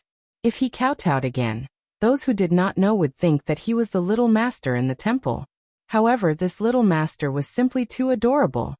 Yes, little monk Shirxin, who was little Xiao Xian, tugged at his father's clothes. Xiao Heng pointed at Xianyuan Shi. Go find uncle. Little Xiao Xian walked over and raised his little head. Uncle P, bad brother-in-law, you're too lazy. Xianyuan Shi had already experienced his bad brother-in-law's laziness. He did not have the slightest hope for his bad brother-in-law. He carried little Xiao Xian to the outhouse. We'll wait for you in the meditation room. Xiao Heng said. Got it. Xianyuan Shi pursed his lips. On the way from the outhouse to the meditation room, they had to pass by a small plum garden. When Xianyuan Shi carried little Xiao Xian and walked on the small path in the plum garden, they bumped into a young lady wearing a pink cloak and a veil. The limestone path was so narrow. Xianyuan Shi intentionally gave way. Who knew that the other party was also giving way, and in the same direction? Xianyuan Shi hurriedly went to the right again. Coincidentally, the other party also thought the same. After a while, they really could not walk past each other. Xianyuan Shi simply turned sideways. Miss, please. The young lady bowed to express her gratitude. Then she turned and walked forward. When she brushed past the two of them, little Xiao Xian reached out his little hand and pulled off her hair clip. Xianyuan Shi. Sorry. Xianyuan Shi first apologized to the girl, then looked at the little guy in his arms. Xianer, return it to her. Little Xiao Xian did not return it. The young lady warmly said, It's all right, it's just a hair clip, it's not worth much. Xianyuan Shi said, That won't do, if word gets out, it will damage Miss' reputation. But no matter what he said, little Xiao Xian did not return it. Xiao Xian's body was weak. He did not dare to let him cry, afraid that he would cry until he fainted. In the end, under Xianyuan Shi's insistence, he bought the hair clip for 20 taels of silver. After returning to the meditation room, he did not hide anything and told him everything that happened in the garden. Xiao Heng looked sternly at his little son. Little Xiao Xian was so scared that he trembled and threw himself into Shang Guanqing's arms. He was not stupid. He knew that it was useless to throw himself into his mother's arms after getting into trouble. His mother and father were always on the same side, only his uncle was reliable. Shang Guanqing protected the little guy in his arms and softly coaxed him. All right, Xiana, don't be afraid, uncle will protect you. Xiao Heng, your new gun is gone. Shang Guanqing handed little Xiao Xian over in a second and sternly said to Xiao Heng, Discipline your own son. Little Xiao Xian. Xiao Heng brought his son to the meditation room next door. Mistakes that should be corrected must be corrected, but he had a principle of not reprimanding his child in front of others. A quarter of an hour later, the father and son came over from the meditation room next door. No one knew what Xiao Heng said to little Xiao Xian, but little Xiao Xian obediently returned the hair clip to Xian Yuanxi. Xian Yuanxi, no, why don't you give it to me? Xian Yuanxi also did not want it. What scholar and beauty meeting by chance, meeting by fate? This kind of scene would not cause a reaction on Xian Yuanxi. He felt that the hair clip was very ugly, so he turned around and threw it away. On the way back, Xiao Heng did not take the carriage, but rode a horse with Xian Yuanxi. Xian Yuanxi glanced at his bad brother-in-law beside him. It's such a strong wind, I don't care if it gets damaged. Xiao Heng was not that weak. He just did not practice martial arts, but he secretly trained his body. But Xiao Heng gave up the opportunity to be intimate with his wife to accompany Xian Yuanxi to ride a horse. It seemed that he had something to say. What exactly is it? Xian Yuanxi asked. Xiao Heng hesitated for a moment. It was not convenient to Jiao Jiao to talk about this kind of thing, so he had to worry about it himself. He paused, leaned the horse closer to him, and asked calmly, "You didn't fool around with anyone in the military camp, right?" Fool around with what? Xian Yuanxi did not understand. Xiao Heng thought about the pearl hair clip and said, "You're old. Many children of aristocratic families are already familiar with human affairs at your age, but I don't agree with that." Xian Yuanxi half guessed and half explained. Combined with his somewhat indescribable expression, he finally understood what he was talking about. Xian Yuanxi's little face darkened. "Bad brother-in-law, what are you talking about? How old am I?" It seemed that he really did understand. Before he went to the military camp, he was just a simple child. After hanging around with those veterans for a year, he had gained a lot of knowledge. Children grew up too quickly. If one did not pay attention, they would already be half an adult.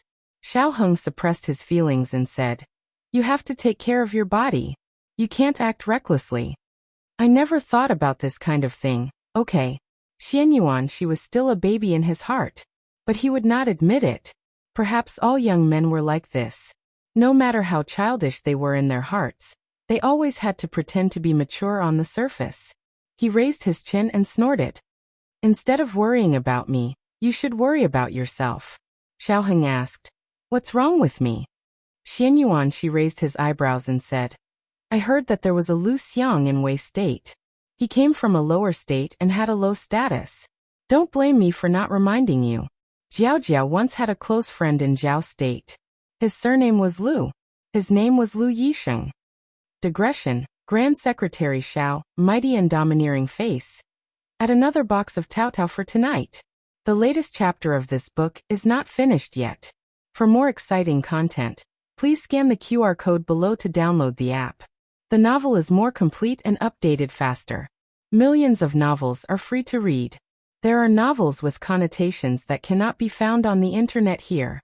https://www.zhbqg.com/89642_8964286/1040584337. HTML Genius remembered the website address in 1 second. www.zhbqg.com Bikugo mobile reading website.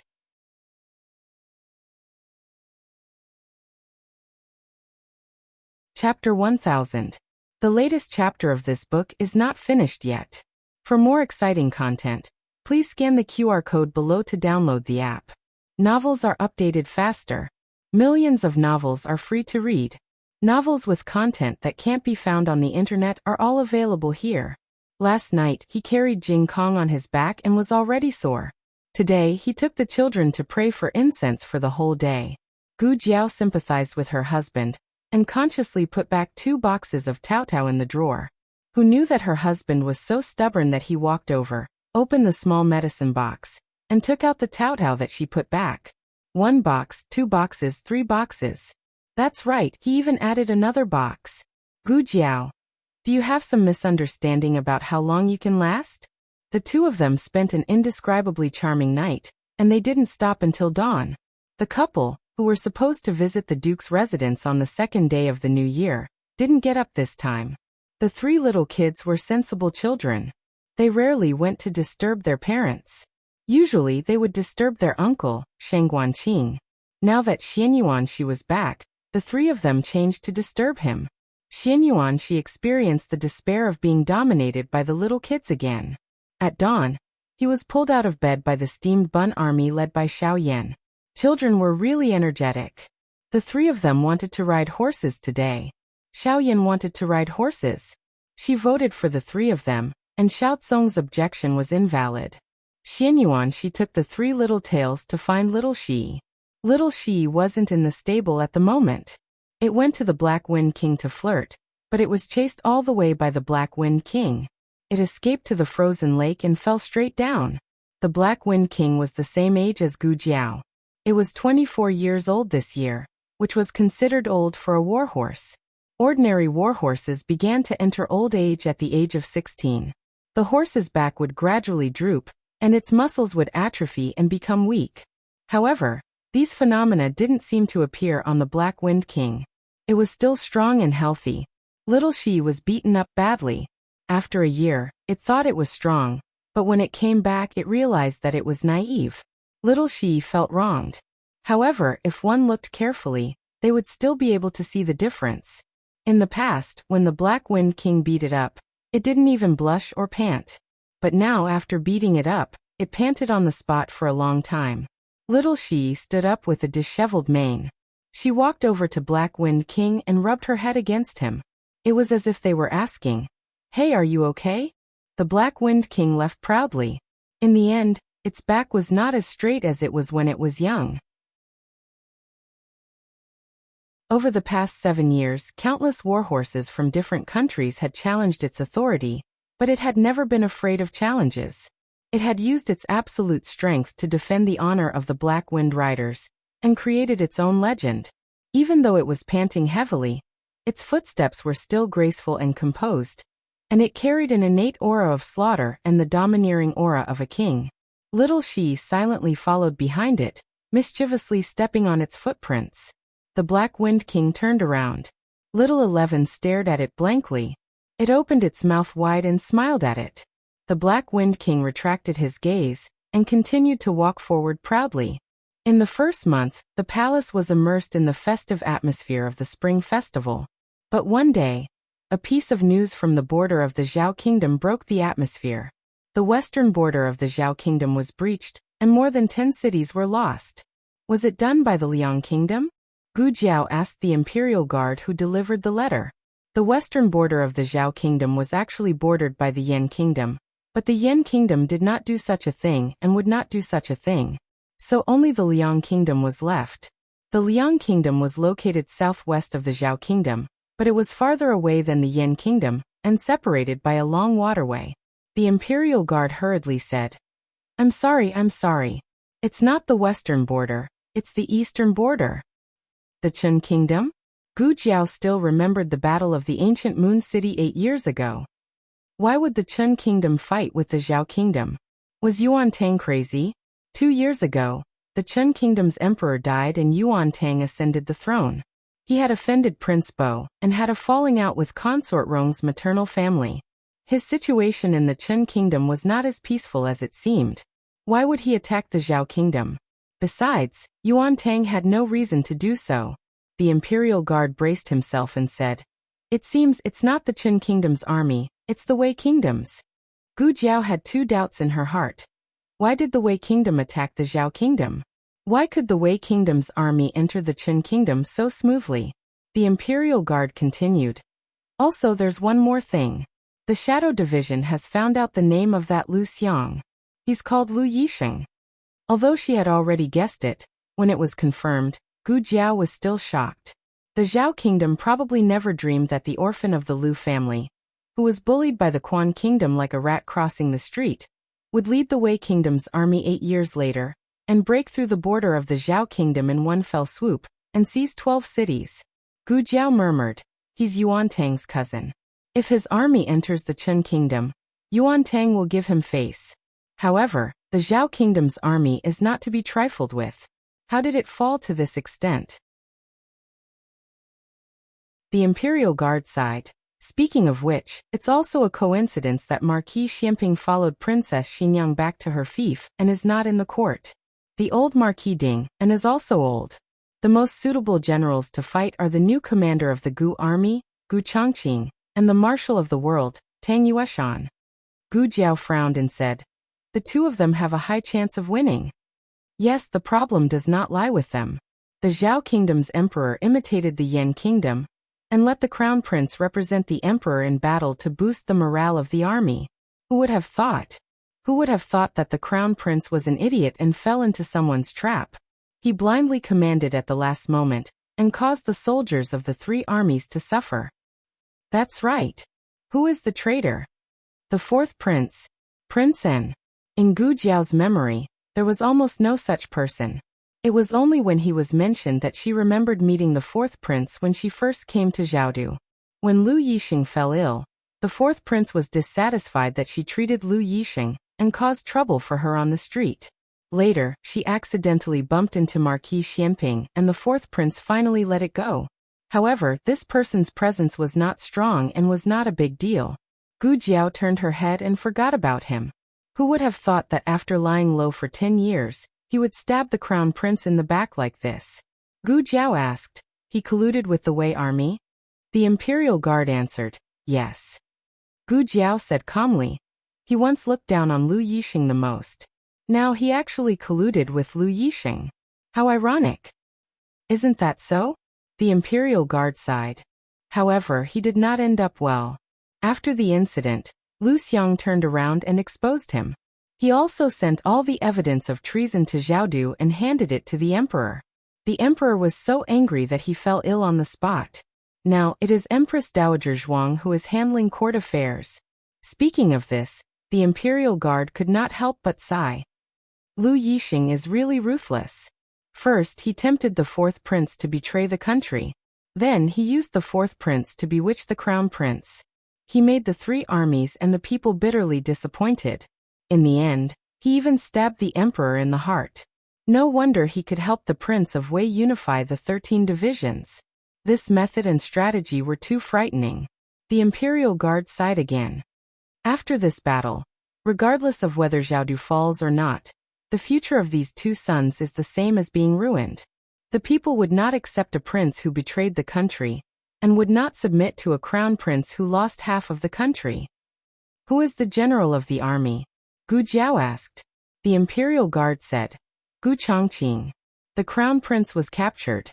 He risked his life to save the crown prince and was seriously injured. He paused and wanted to say something but stopped. Gu Jiao continued for him. If the emperor wants to protect the crown prince, he must find a suitable scapegoat. He must say that everything was done by that person on his own initiative. There is no one more suitable than the commander of the Gu army. If the emperor really does this, it will cause the Gu army to be at odds with him, and he will be completely alone. The more the Imperial Guard thought about it, the more he shuddered. This Lu Yixing is really calculating. When Xian Yuanxi heard this, he immediately rushed into Gu Jiao's study. "Jiao, I will fight. I will take back the cities of Zhaodu." He grew up in Zhaodu and Zhaodu was his home. Wait for my news in Chengdu. However, this time Gu Jiao did not let him go alone. In February, Zhaodu lost another city. Gu Chongqing went out to battle with injuries. He and Gu Chengfeng led the Gu family army to fight back and took back 2 cities. However, the Wei army did not seem to care about the plundering in the rear. They only cared about advancing into the hinterland of Zhaodu. If you take a city, I will take another one. Let's see who is faster. Gu Jiao fought with the Wei army under such circumstances. It was a cold spring morning. The sky was gloomy and dark clouds covered the sky. The 2 armies were at daggers drawn at the riverside of Li City. Gu Jiao was wearing red clothes and black armor.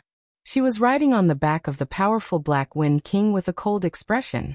Beside her were Little Shi and Xian Yuanxi, who were also wearing armor.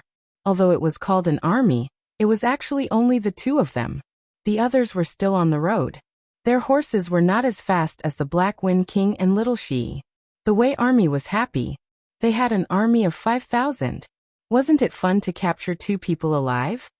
Who are you? A general of the Wei army asked.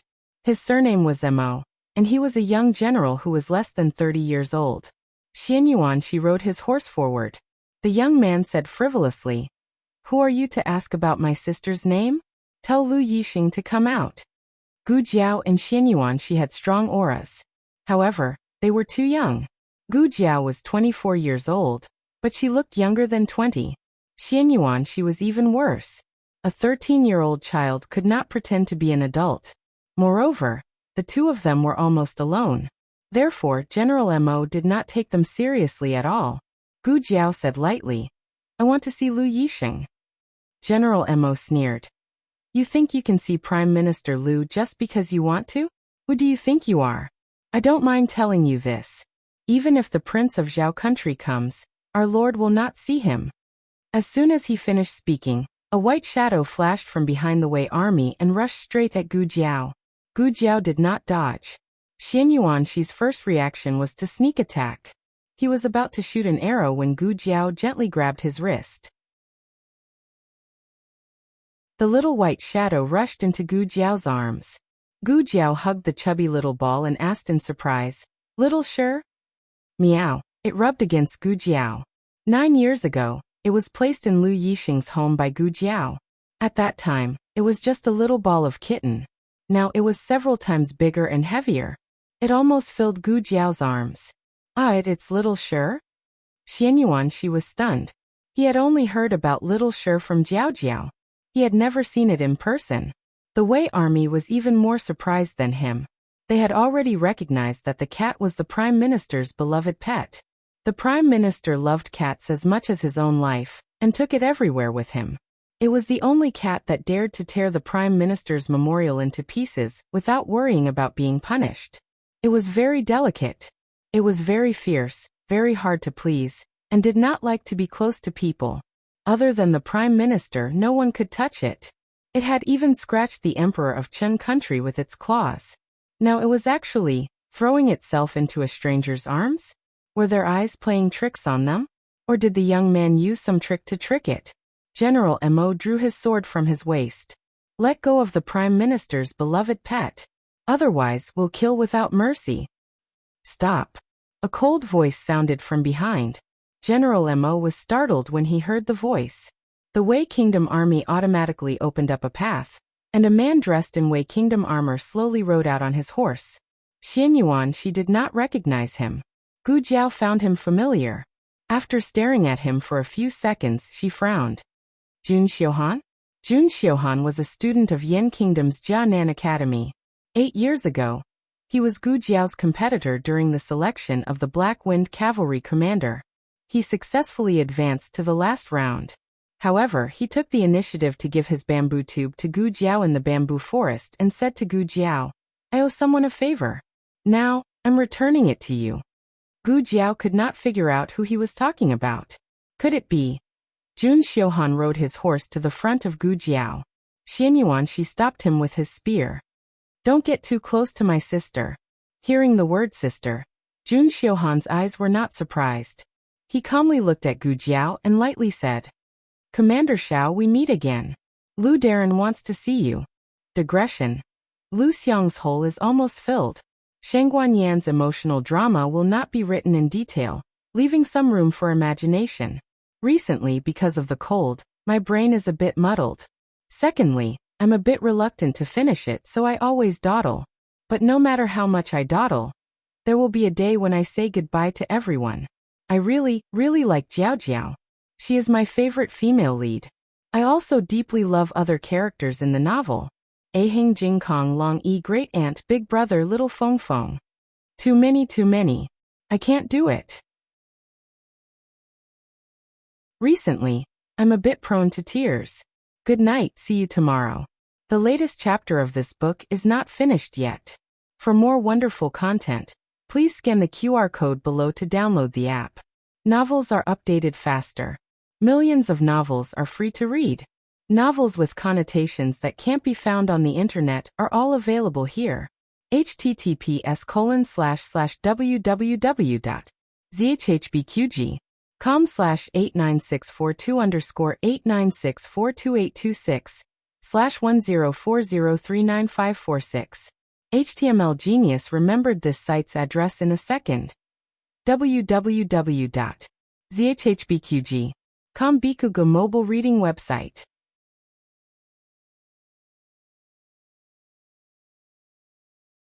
Chapter 1001. The latest chapter of this book is not finished yet. For more exciting content, please scan the QR code below to download the app. Novels are updated faster. Millions of novels are free to read. Novels with content that can't be found online are all available here. Under the dumbfounded gazes of all the way soldiers, two young people who came out of nowhere were brought to their camp by Lu Xiang's trusted aide. In a spacious and clean tent, Gu Jiao saw Lu Yixing, whom she had not seen for many years. He was already 30 years old. He had lost some of his youthful aura, and gained some of the calmness and elegance accumulated over the years. He also gained some of the nobility and fierceness of a person in a high position. 9 years could change a person a lot. Gu Jiao had heard people call him Lu Xiang in her dreams when she returned to the Marquis's mansion. She knew that one day he would be conferred the title of Marquis, but seeing him in person was different from what she imagined. Perhaps she didn't expect that he would trample over the mountains and rivers of the Zhao country, and return with the determination to take revenge. When Gu Jiao was looking at Lu Yixing was also looking at Gu Jiao. Gu Jiao had also changed a lot. The birthmark on her face was gone, revealing her sealed beauty. It was unfamiliar, but also pleasantly surprising. At the age of 24, she was as beautiful as a fairy. What didn't change was the vigorous vitality in her body, as well as the pure look in her eyes that didn't contain any impurities. It seemed that no matter how many years had passed, no matter how many things had happened, her heart had never changed. "I'll go out first," Jun Xiuhan said. "Okay." Lu Yixing agreed. Jun Xiuhan glanced at Xian Yuanxi. "I'm not going out," Xian Yuanxi said. Lu Yixing gave a rare smile. "It's okay." Jun Xiuhan was shocked. He had never seen Lu Yixing smile before. Lu Yixing said to him, "You go do your own thing. I'll be fine here." Jun Xiuhan glanced at Gu Jiao and said, "Her martial arts are very high." Then he looked at Xian Yuanxi. "This guy isn't weak either." He had seen Gu Jiao's skills and knew that she was a formidable expert who could defeat Han Yi. And according to the information they had, the general beside her should be the Marquis of Champion Xian Yuanxi. But he wasn't a person. If they attacked Lu Yixing in the tent, he wouldn't be able to save them. "I know," Lu Yixing said. But since Lu Yixing said so, Jun Xiuhan could only leave first. There was only one attendant in the tent. "Anu?" Gu Jiao looked at him. Lu Yixing was in a good mood. His eyes were full of smiles. "Yes, you still remember. Anu, do you remember Miss Gu?" Anu nodded and saluted Gu Jiao. He was a mute slave and couldn't speak. He had grown taller, and was a mature and steady bodyguard. Gu Jiao nodded to him. "Jing Kong right." Lu Yixing looked at Xian Yuanxi, who was beside Gu Jiao. Xian Yuanxi's eyes widened. "Oh, you know me?" Lu Yixing said bluntly. "We've met before. Have you forgotten?" Xian Yuanxi suddenly realized. "Ah, Brother Ming. I remember now. You saved us."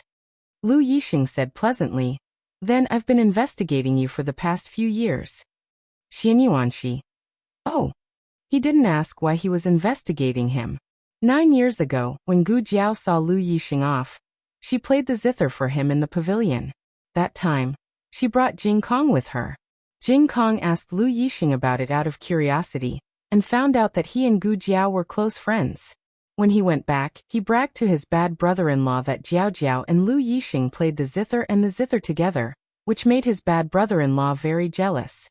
Later, when he grew up, he understood that the zither were not meant to be played that way. Moreover, Lu Yixing played the flute with Jiao Jiao in the carriage. Xian Yuanxi curled his lips and said, "We're here to beat you up, but you don't seem to be asking for it." The main reason was that he didn't feel any murderous intent or malicious intent towards Jiao Jiao from Lu Yixing. He smiled, as if he didn't mind Xian Yuanxi's straightforwardness. He came to the short table, sat down and asked the two of them, Would you like some tea? Xianyuan, she didn't want to drink. He curiously looked at the weapons and books in the tent. Feel free to look around, Lu Yixing said pleasantly. Xianyuan, she looked at Gu Jiao. After seeing Gu Jiao nod, he went to look through the books and weapons. Gu Jiao sat opposite Lu Yixing. Lu Yixing picked up the boiling kettle from the stove and made 3 cups of tea. Gu Jiao asked, "How did you meet Jun Xiuhan?" Lu Yixing said, "His mother is from the Zhao kingdom. Before his father took him back to the Yan kingdom, we lived in the same alley. We met a few times. Once he fainted from hunger. I carried him home." Gu Jiao suddenly understood. No wonder. Lu Yixing handed the tea to Gu Jiao. His family in the Yan kingdom wasn't very well off. Fortunately, he worked hard and got into the Jianan Academy. You can almost guess what happened after that. I met him by accident and learned about you from him. I guess that Xiao Lulang was you. Gu Jiao picked up the teacup. During the Black Wind Cavalry selection, he helped me. He said it was to repay someone's favor. Lu Yixing took back his hand, paused and said, "I don't know about that." Gu Jiao looked at him. "How have you been these years?" Lu Yixing smiled faintly. "As you can see, it's neither good nor bad. How about you? How have you been?" Gu Jiao said honestly, "Very good. I like it very much." She liked her current life and everything she had experienced. Lu Yixing smiled with relief and bitterness. "Is he good to you?" Gu Jiao was stunned. "My husband? He's very good to me." Lu Yixing lowered his eyes and took a sip of tea. "That's good. Do you have hatred in your heart?" Gu Jiao asked directly. Lu Yixing clenched the teacup in his hand and stared at the floating tea leaves in the cup. After a while he said in a low voice, "Yes. The royal family of the Zhao kingdom slaughtered my entire family. How can I not hate them? I live like a dog. I let anyone bully me. Anyone can step on me.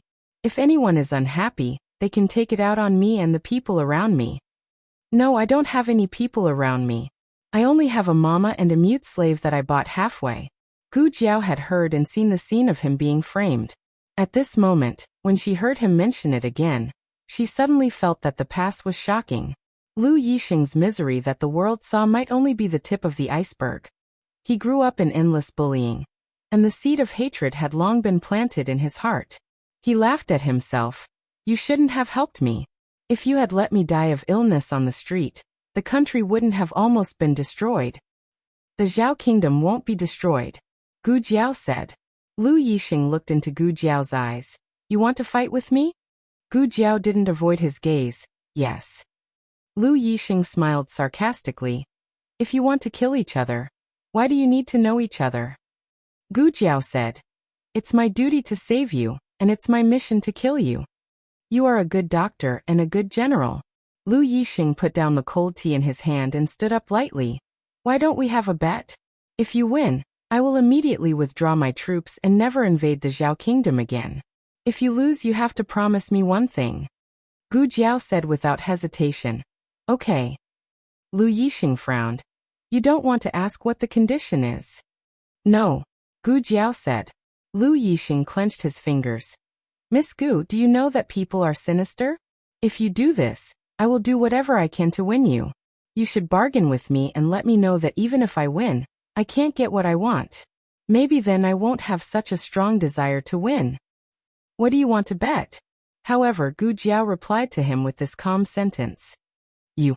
Lu Yixing choked and turned his face to calm down. When he turned his face again, his face was calm.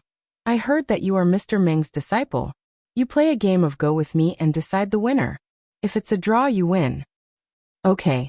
Gu Jiao agreed without hesitation. Lu Yixing looked at Xianyuan Shi, who was reading in front of the bookshelf, and said gently, "In Jing Kong, there is a box of Go on the second shelf. Can you pass it to me?" "Oh, okay." Xianyuan Shi found the Go box and passed it to him. He set the Go board, grabbed a handful of white Go pieces from the box, clenched his fist and said to Gu Jiao, "Guess first." Gu Jiao picked up a black Go piece. Odd. Lu Yixing opened his palm. There were 3 Go pieces. It was indeed an odd number. Whoever guessed correctly would play black. and the black player would go first. Gu Jiao placed her go piece first. She placed her go piece on the upper right corner of the go board.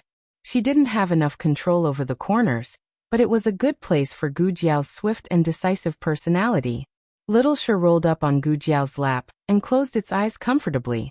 Gu Jiao played Go while stroking the cat. It didn't seem like a life and death game. She was quite comfortable. Lu Yixing raised his Go piece and glanced at Little Shi. Little Shi felt a chill on its back and curled up in Gu Jiao's arms. Sir. Outside the tent, General Mo rushed over in a hurry. Glancing at the tightly shut tent behind Jun Xiuhan, he whispered, "What's going on?"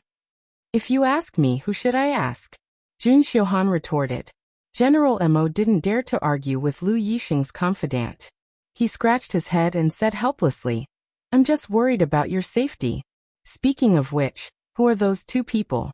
They seem to be wearing the armor of the Yan Kingdom. Are they reinforcements sent by the Yan Kingdom?" "You don't have to worry about them. It's none of your business," Jun Xiuhan said and added lightly, "It's none of my business." "My lord, are you jealous?" "Ahem." General Mo cleared his throat. "We're about to take down the Zhao Kingdom. We can't let anything go wrong. The Zhao Kingdom has a strong army these years. This is a good opportunity. If we miss it, it'll be difficult to attack the Zhao Kingdom again." Marquis Xianping was not in the court. Tang Yueshan stayed in the capital. The crown prince tricked the Gu army. This was a once-in-a-lifetime opportunity. There wouldn't be a next time. Jun Xiuhan said coldly, "If you can think of it, how can Sir not think of it?" General Mo's eyes lit up. "So we'll continue to play?" In the tent, Gu Jiao put down the last piece. "I lost." Lu Yixing said, "You lost by half a point." Gu Jiao said, "That's still a loss." Lu Yixing said, "I told you that I'll win." In fact, it was very difficult to win. She was so good at chess that he almost exhausted all his energy to win by half a point. Gu Jiao said, "You must accept your loss. Tell me your conditions."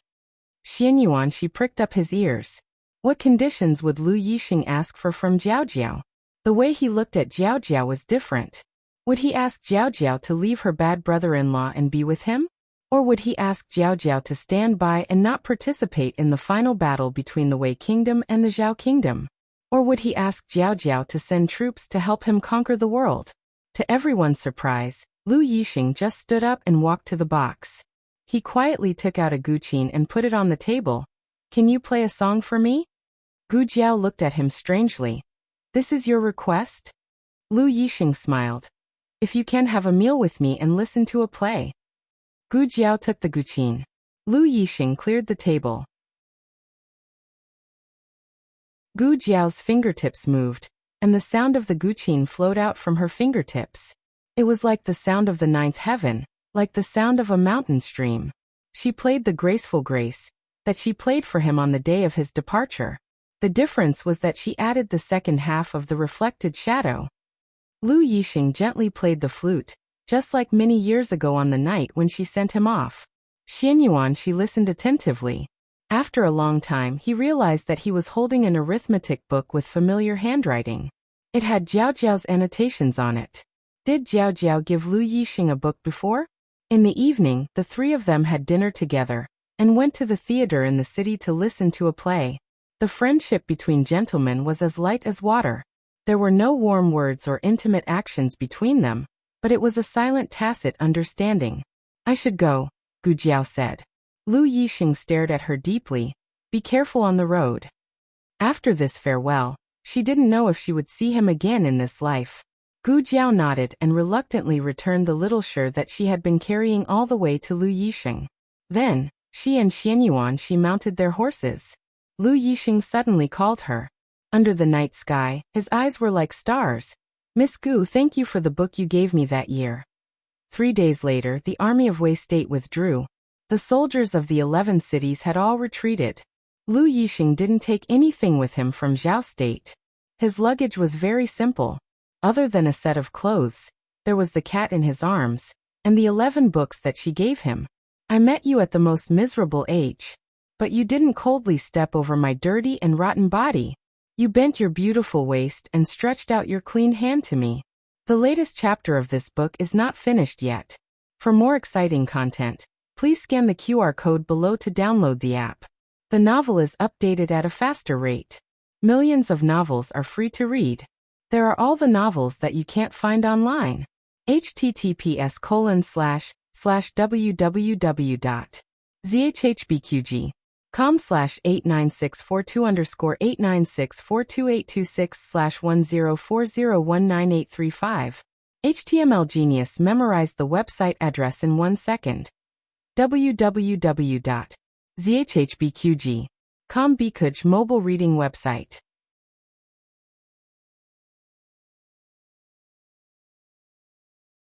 Chapter 1002. The newest chapter of this book is not finished yet. For more exciting content, please scan the QR code below to download the app. Novels are updated faster and more frequently. Millions of novels are free to read. Novels with connotations that can't be found online are available here. Zhao's crisis was resolved, but the court's crisis had just begun. The crown prince was ignorant and incompetent, obstinate and self-opinionated. Although he was benevolent, he couldn't take on important responsibilities.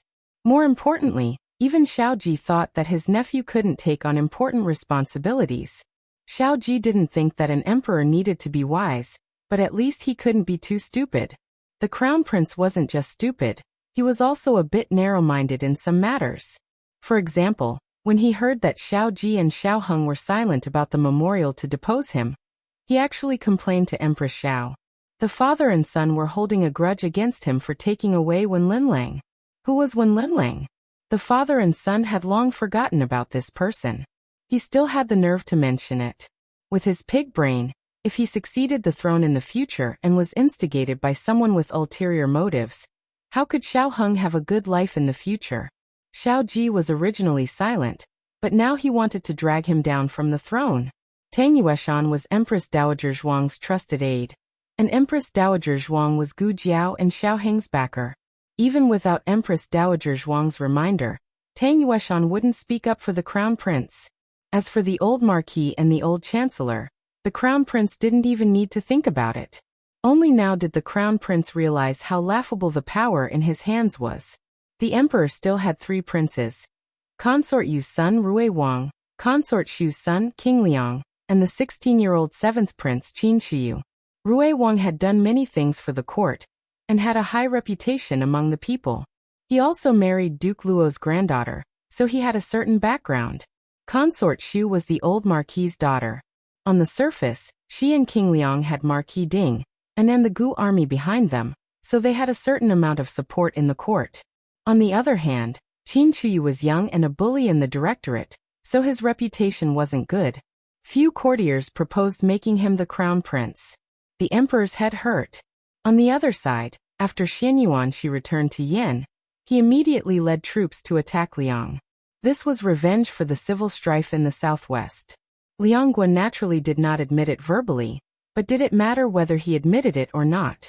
If I want to hit you, I don't care if you feel wronged or not. The one who came to fight was an unexpected person, his brother Ming. Ming was 6 years older than little Jing Kong. She was 19 this year. In the early years, they had written letters to each other.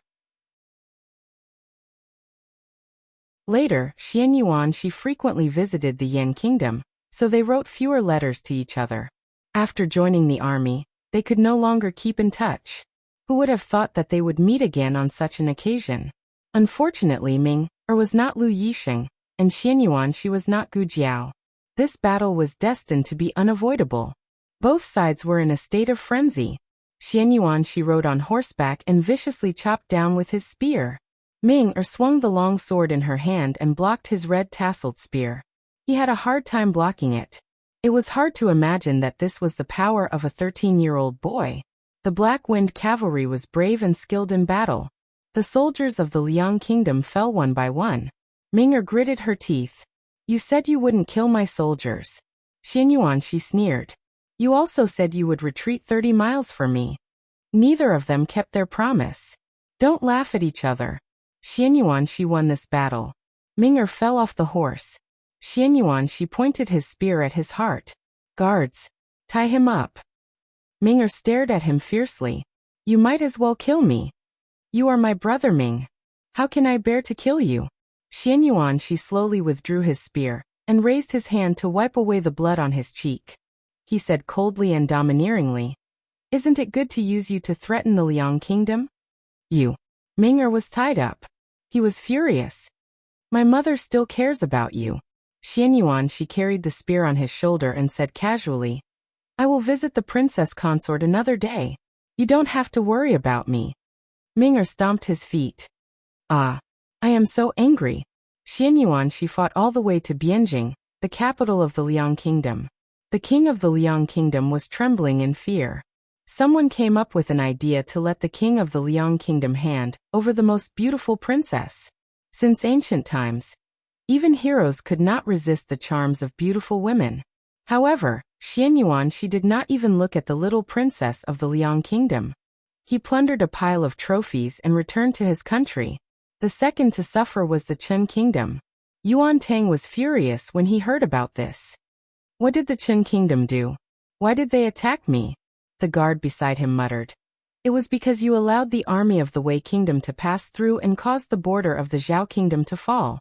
Did you lose your memory? Moreover, you also wanted a share of Baoshan Island. You even wrote a letter to threaten the king of the Yan kingdom. Have you forgotten? Yuan Tang's mouth twitched violently. Even the powerful army of the Liang kingdom could not withstand Xianyuan Shi's attack.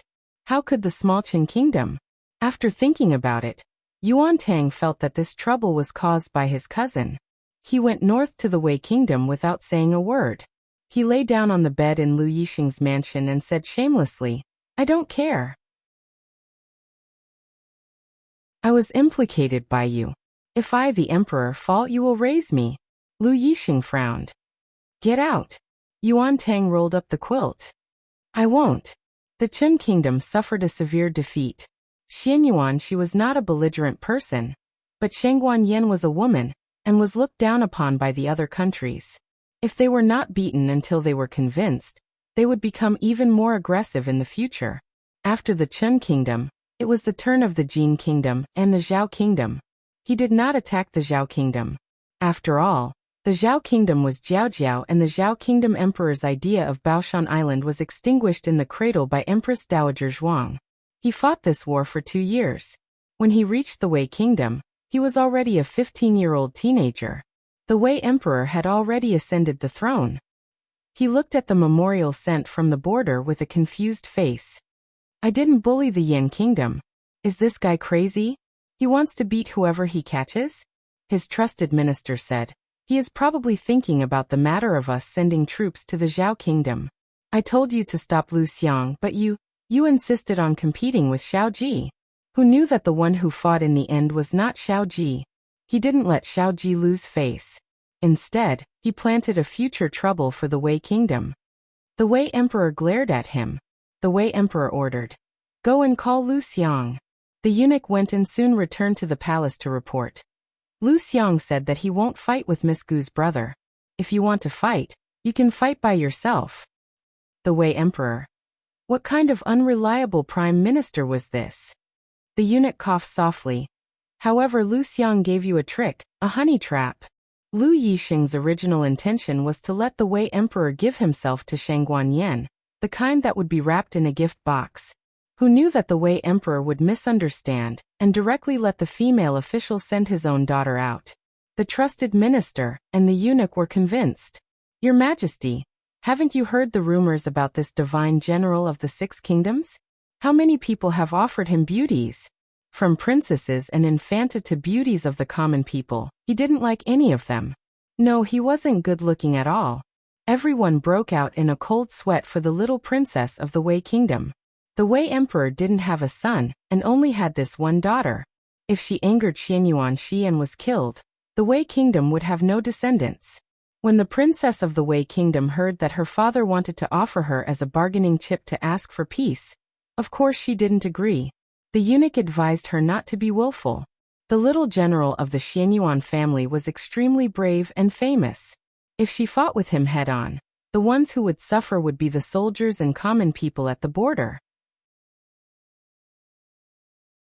The princess of the Wei Kingdom clenched her small fists. At worst, I'll kill him myself. The north wind was strong, and 50,000 Black Wind cavalry were at the border. Xianyuan, she was wearing the golden armor passed down by the Grand Marshal. His legs were slender and his posture was tall and straight. The cold helmet was put down, covering this face that was the best in the 6 kingdoms. 3 months ago, the Black Wind King and Little Shi had a battle between kings.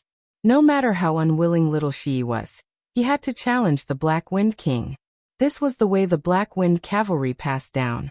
Only by defeating the Black Wind King and becoming the new king could he lead the Black Wind cavalry to the next golden age. After a fierce battle, the Black Wind King fell to the ground in a sorry state. However, there was no trace of embarrassment or despair in his eyes. He seemed to have been looking forward to this day for a long time. The Black Wind cavalry welcomed a new inheritance. He bowed down to Little Shi and acknowledged Little Shi's position. The new Black Wind King was born. At this moment, Xianyuan, she was riding on the back of the new Black Wind King's horse. 1 man and 1 horse were like thousands of soldiers and horses. They were unstoppable. General, Wenren reminded him in a low voice. The Shadow Division has found out that the Wei Kingdom is going to use a honey trap. Please be careful. Xianyuan, she didn't even bat an eyelid. Honey trap? How is that possible? He wouldn't be tempted by those so-called beauties, he said arrogantly. None of them are as beautiful as Jiao. Wenren eyes narrowed. Sir, it seems that the Wei army is going to attack. Over there. Someone is attacking from there. Indeed, someone was coming. However, after taking a look, Wenren felt that something was wrong. What's this? Riding on a white pony? Although the person on the horse was also wearing armor, it was obviously not fitting. The helmet was swaying and looked like it could fall off at any time. Wenren suddenly had a déjà vu of a child wearing an adult's clothes. He was stunned for a moment before he said, Sir, I'll go and fight. He was just a rookie. He could kill him in 1 move. Xianyuan, where are you? Come out and face your death. The child opened his mouth arrogantly. However, it was unknown whether it was because of fear or something else. But his voice was trembling and somewhat immature. Xianyuan, frowned and urged his horse to rush out. On the vast battlefield, dust was flying everywhere. The 2 horses galloped towards each other. That person looked at Xianyuan, who was clad in golden armor, rushing towards him like a war god from the 9th heaven. That fierce killing intent instantly frightened him to the point that his face turned pale. I'm here to kill. Wah, I don't want to kill. I want to go home. Little Wei Jun raised his head and cried. The rest of the Wei soldiers couldn't bear to watch. The helmet on Little Wei Jun's head, which was already several sizes too big, fell off with a clatter, revealing a small head. His jet-black hair cascaded down like a waterfall, and was lifted by the strong wind, brushing past his delicate and lively face. Xianyuan's expression froze. The killing intent around him froze, and he abruptly tightened his grip on the reins. The sudden braking caused Little Shi's hoofs to scrape across the ground, causing sparks to fly. He stopped when he was 3 steps away from his opponent. He stared at him for a long time before he finally called out his name. Light Shui. Shangguan Shui was stunned. She looked at him with tears in her eyes. Xianyuan's aura was too frightening. She trembled just from looking at him. Xianyuan pushed his mask up, but felt that it wasn't enough. He simply took off his helmet. It's me. Shangguan Shui blinked her tear-filled eyes. She asked in a daze, Jing Kong? The solemn god of war youth revealed his first bright and moving smile on the battlefield. Light Shui. Shangguan Shui's eyes widened. Jing Kong. Time seemed to return to many years ago, when people came and went in the State Preceptor Hall. 2 little kids faced each other, flapping their tiny arms and leaning forward. One was squeaky and the other was babyish. Light Shui. Jing Kong. Light Shui. Jing Kong. Light Shui. Jing Kong. It's really you? Xianyuan took a step forward on Little 11's back, and the already scared little white horse began to tremble even more. He raised his hand and gently wiped away the tears on her cheeks. You still haven't learned how to ride a horse? Yes. Shang Guanshui nodded, feeling wronged. Then why did you still come to fight? And to kill me? Shang Guanshui said pitifully. I'm the princess of the Wei Kingdom. If I didn't come, I would have been sacrificed to that Xian Yuanxi. Xian Yuanxi's lips curled into a smile. So that's how it is. Shang Guanshui's horse was scared, and so was she. Both of them were trembling violently. Xian Yuanxi couldn't help but laugh and reach out his hand to her. As people grew up, their hearts would gradually become cold and hard. This was especially true for Xian Yuanxi, who had fought on the battlefield at the age of 12. His heart had long since built a wall that no one could easily walk in. However, they had met at an innocent age, and had spent the most innocent and beautiful time together. She had always been in the depths of his heart, like a family member. She had always been in the softest part of his heart. Shang Guanshui hesitated for a moment before giving her hand to him. She trusted Jing Kong unconditionally. The fair and chubby hand that he had held when they were young had now become a slender young girl's. Xian Yuanxi held her in her palm, and with a gentle pull with her other hand, she carried her by the waist and placed her on little 11's back, making her sit in front of her. Shang Guanshui finally let out a long sigh of relief. The fearless little princess was afraid of nothing but riding a horse. Xian Yuanxi gripped the reins tightly with both hands and protected her in his arms. Then he turned his horse around. The soldiers of both countries were shocked. What was going on? Weren't you two going to kill each other? How did you end up on the same horse? Black Wind Cavalry. General, something's wrong with you. Wei Jun, Princess, something's wrong with you. Shang Guanshui was suffering from the aftereffects of fainting on horses. Her brain was a little muddled, so she didn't realize what was going on. Xian Yuanxi didn't care. He used his broad body to block her petite figure, and put his helmet on her head, covering her delicate and beautiful face. Then he glanced coldly at the Black Wind Cavalry. Everyone lowered their heads in unison. It was so tightly covered that they couldn't see anything even if they wanted to. Shang Guanshui was naive and didn't know what Jing Kong was trying to do. She shook the helmet on her head and giggled. She leaned her back against Xian Yuanxi's firm chest. She wasn't someone who didn't know her manners. Normally, she wouldn't get close to any man other than her own father. However, he was Jing Kong. He was the kindest, bravest, purest, and most trustworthy little boy in the world. Shang Guanshui forgot that the little boy in the past was 15 this year. He was a hot-blooded young man. The two of them rode on the horse. The young man protected the person in his arms in a domineering and gentle manner. Compared to when she was kidnapped by an assassin when he was only 5 years old, he could only bite the assassin with his little steel teeth. Now he had absolute power. No one could hurt her from his hands. Little Shi took a few steps forward. Shang Guanshui's almond eyes widened. I suddenly remembered that you know how to ride a horse in Jing Kong? You're amazing. Xian Yuanxi smiled gently. There are many things that I'm amazing at. I'll tell you about it later. The young man's voice was clean and warm, like the most gentle breeze on the grassland. Yes. Shang Guanshui nodded. I've written many letters to you over the years, Xian Yuanxi said softly. Although Yan Shanjuan's mansion was empty, someone would regularly collect the letters. He didn't know where Light Shui had gone, so he could only send the letters there first. Shang Guanshui frowned. Really? I haven't received a single letter. I've also written many letters to you, but you never replied to me. Xian Yuanxi narrowed his eyes. Very good. The Wei Emperor had detained her. Shang Guanshui sat in his arms and stroked the horse's mane. She asked, Is this little Shi? Xian Yuanxi said, Yes, you recognize it? Shang Guanshui nodded. She couldn't help but exclaim, Wow, little Shi is so impressive.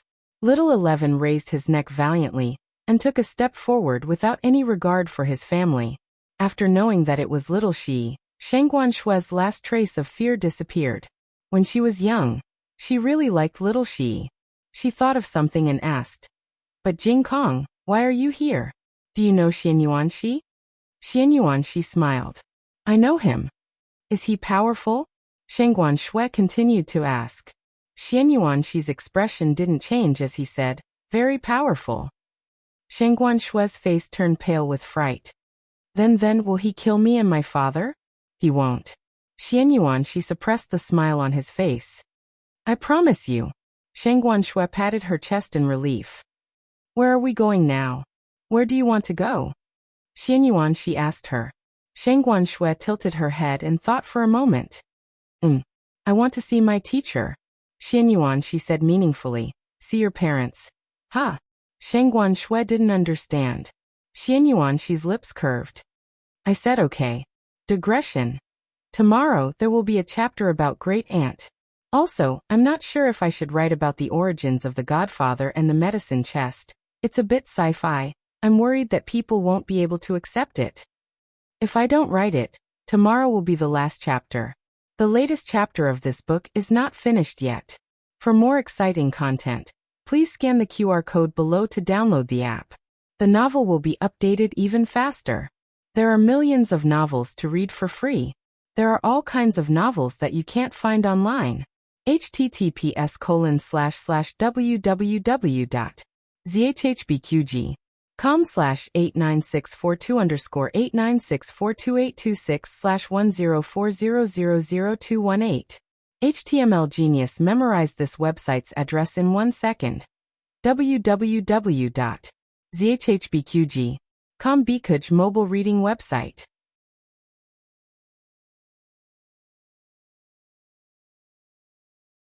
Chapter 1003. The latest chapter of this book is not finished yet. For more exciting content, please scan the QR code below to download the app. The novel was also updated at a faster rate. Millions of novels were read for free. There are all kinds of novels that can't be found online here. Zhao State, Rinshou Palace. Empress Dowager Zhuang didn't have a good appetite these days. Eunuch Qin always asked the imperial kitchen to cook for her in different ways, but she couldn't eat much. Eunuch Qin secretly delivered a letter to the Blue Water Alley, but was stopped by Empress Dowager Zhuang. Empress Dowager Zhuang glared at him. Eunuch Qin sighed. He knew that she didn't want the younger generation to see her sick, but his heart ached.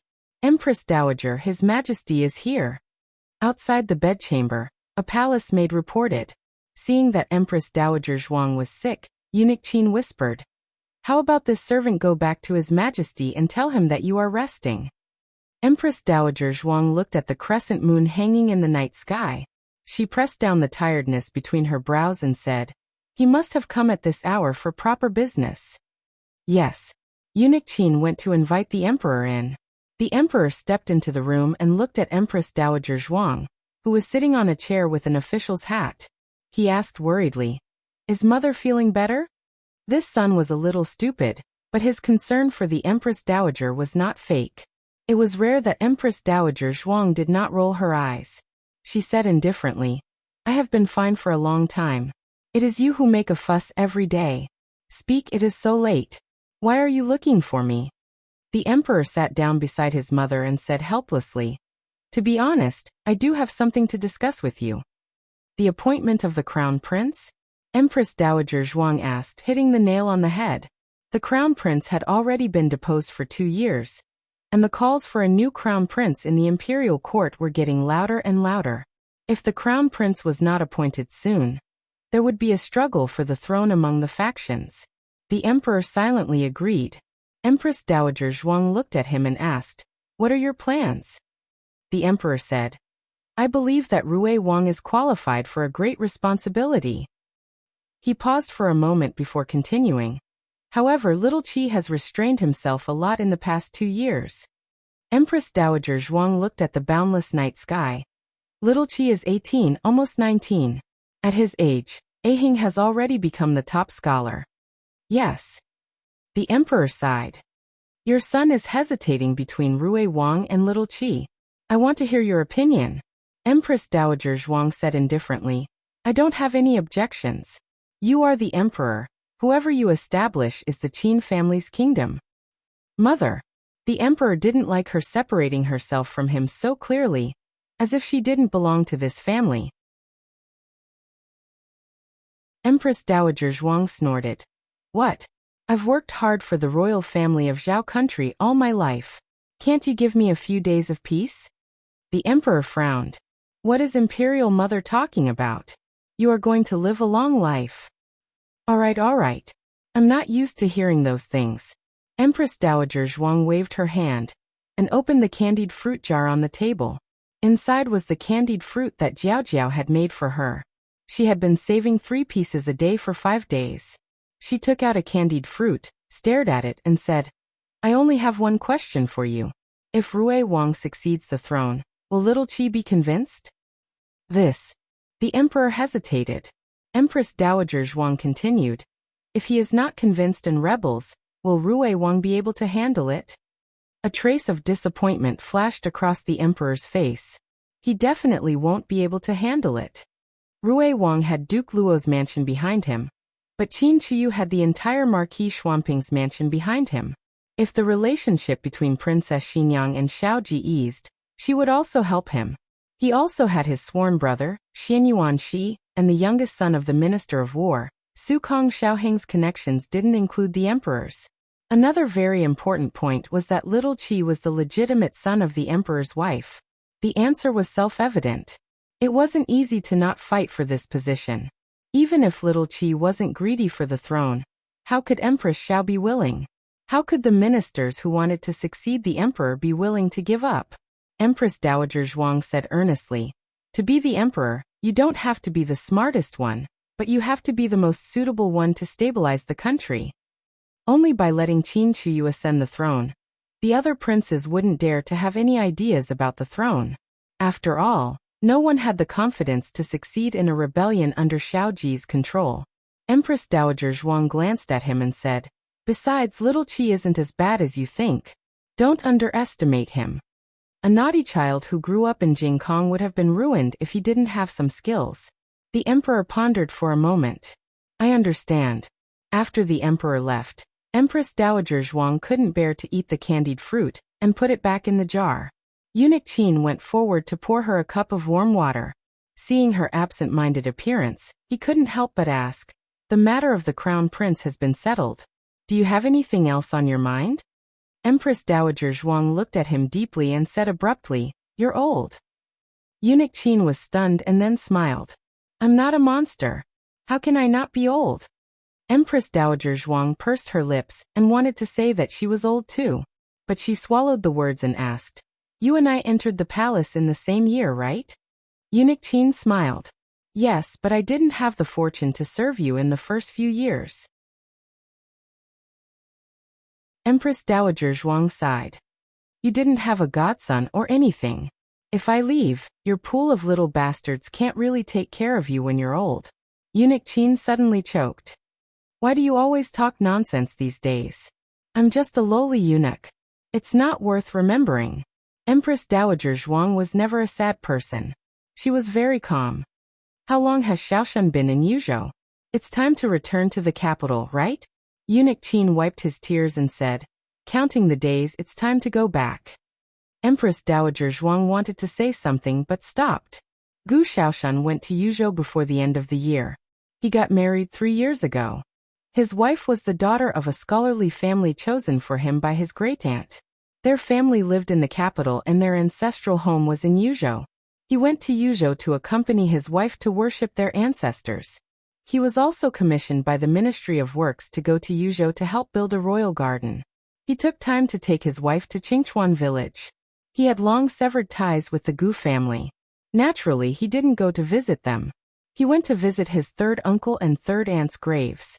Who would have thought that as soon as he entered the village, he would meet his mother, Madame Lu. Madame Lu was fetching water at the entrance of the village. She was a lot older. She was in her 40s and had a lot of white hair. A dirty little girl was squatting next to her. The little girl randomly picked up something on the ground and put it into her mouth. When Madame Lu found out, she immediately hit the little girl's hand. Put everything into your mouth. I'll eat you to death. The little girl didn't know if it was because of pain or fear, but she began to cry. You only know how to eat and cry. What else can you do? Madame Lu scolded a few times. The little girl cried even more fiercely. Madame Lu was so angry that she hit her several times. Gu Xiaoshan couldn't help but remember that when he was a child, he was also beaten and scolded by Madame Lu. And because he was naughty and stubborn, Madame Lu beat him especially hard. If the child was disobedient, he would beat him a few times. He wouldn't hate Madame Lu because of this. He was bitterly disappointed with Madame Lu, because Madame Lu never had a son in her heart. Madame Lu only valued Gu Erzhan, who was smarter than her and knew how to please people. "Husband, what's wrong?" his wife Chen Yin asked. "Nothing, let's go." Gu Xiaoshan helped his wife get out of the carriage. Madame Lu saw him at a glance. "Ah, is that Xiaoshan?" Auntie Zhao, who had just come over with a basin of clothes, recognized him. Auntie Zhao was very surprised. "Oh my God! I almost didn't recognize you." Gu Xiaoshan had changed too much. When he left the village, he was only a 13 or 14-year-old hooligan. He didn't even walk properly. Now he was wearing a brocade robe. He was handsome and elegant. At first glance, he looked like a son of an aristocratic family. The woman wearing a veil next to him was luxurious and elegant. She had a dignified manner. She looked like a daughter of an aristocratic family. Who would dare to recognize him? The villagers came over to watch. Madame Lu looked at Gu Xiaoshan in a daze. The bucket in her hand fell into the well. She couldn't believe her eyes. This man, who was more noble than the county magistrate's son, was really her idiot son? Cough, cough, cough. The accompanying imperial bodyguard was sent by the prefectural magistrate. He was afraid that Master Gu would encounter an accident on the road, so he must carefully protect the safety of the couple. He cleared his throat and politely said to the villagers, "Everyone, please don't push. Master Gu came back to visit his family's grave. Please let him pass." "What did you call him?" Madame Lu came over and asked. The imperial bodyguard didn't know her. He only thought that she was an ordinary villager. He patiently explained. Master Gu. Master Gu is a popular person in the imperial court. This time, he came to Yuzhou to build a mansion under the imperial decree. The imperial court. Under the imperial decree, Madame Lu almost fainted. If she had known that Gu Xiaoshan was so promising, she wouldn't have sold him for 20 taels. She should have sold him for 200 taels. No, 2,000 taels. No, what did she sell him for? He was an official, so she was the official's mother. That's right, she was the official's mother. She could hold her head high. Stinky boy, you still know to come back. When you went to the capital, you didn't care about me and your father. Your conscience was eaten by a dog. As she spoke, she rushed towards Gu Xiaoshan. But Gu Xiaoshan was no longer the obedient son that she used to know. She was the one who cut off their mother-son relationship. Gu Xiaoshan stepped back. She pounced on empty air. The imperial bodyguard didn't know whether Madame Lu was telling the truth or not, but he saw Master Gu's attitude clearly. He immediately stood in front of Madame Lu. Not long after, Gu Chonglu also heard the news and rushed over. When he saw the current Gu Xiaoshan, he was so shocked that he couldn't say a word. The hooligan that the Gu family looked down on the most suddenly changed, and became a popular person in the imperial court. He tried to talk to Gu Xiaoshan, but he was also stopped by the imperial bodyguard. Daughter-in-law. Daughter-in-law. I'm your father-in-law. When he saw that Gu Xiaoshan refused to acknowledge him as his father, he hurriedly asked Chen Yin for help. Women were soft-hearted. As long as she begged for mercy for him, Xiaoshan would definitely listen. Chen Yin didn't even look back. The Gu family didn't have a good life these years. Old Master Gu passed away, leaving behind a mess. The eldest branch and the second branch separated. Gu Dashuan's road to the imperial examinations didn't go smoothly. When the news that Xiao Lulang was the top scorer in the imperial examinations spread to the village, his mentality collapsed. After that, he did worse and worse in the examinations. In order to pay for his imperial examinations, his family owed a large debt. Later, although he found a rice merchant's daughter as his wife, his father-in-law saw that he always failed in the examinations and was unwilling to support him. He had no choice but to become an elementary school teacher in town. He was arrogant and had no patience for students. After being fired several times, no private school would hire him. Back then, the second branch dreamed of letting Gu Erzhan take the imperial examinations. They sold Gu Xiaoshan for 20 taels and spent it all on Gu Erzhan. In the end, it all went down the drain. Xiaoshan. We're your biological parents. You can't treat us like this. Is there any justice in this world? Aren't you afraid that we'll report you to the yamen? A crime of being unfilial. Let's see if you can still be an official. Do you have any respect for the law? He's my son. My biological son.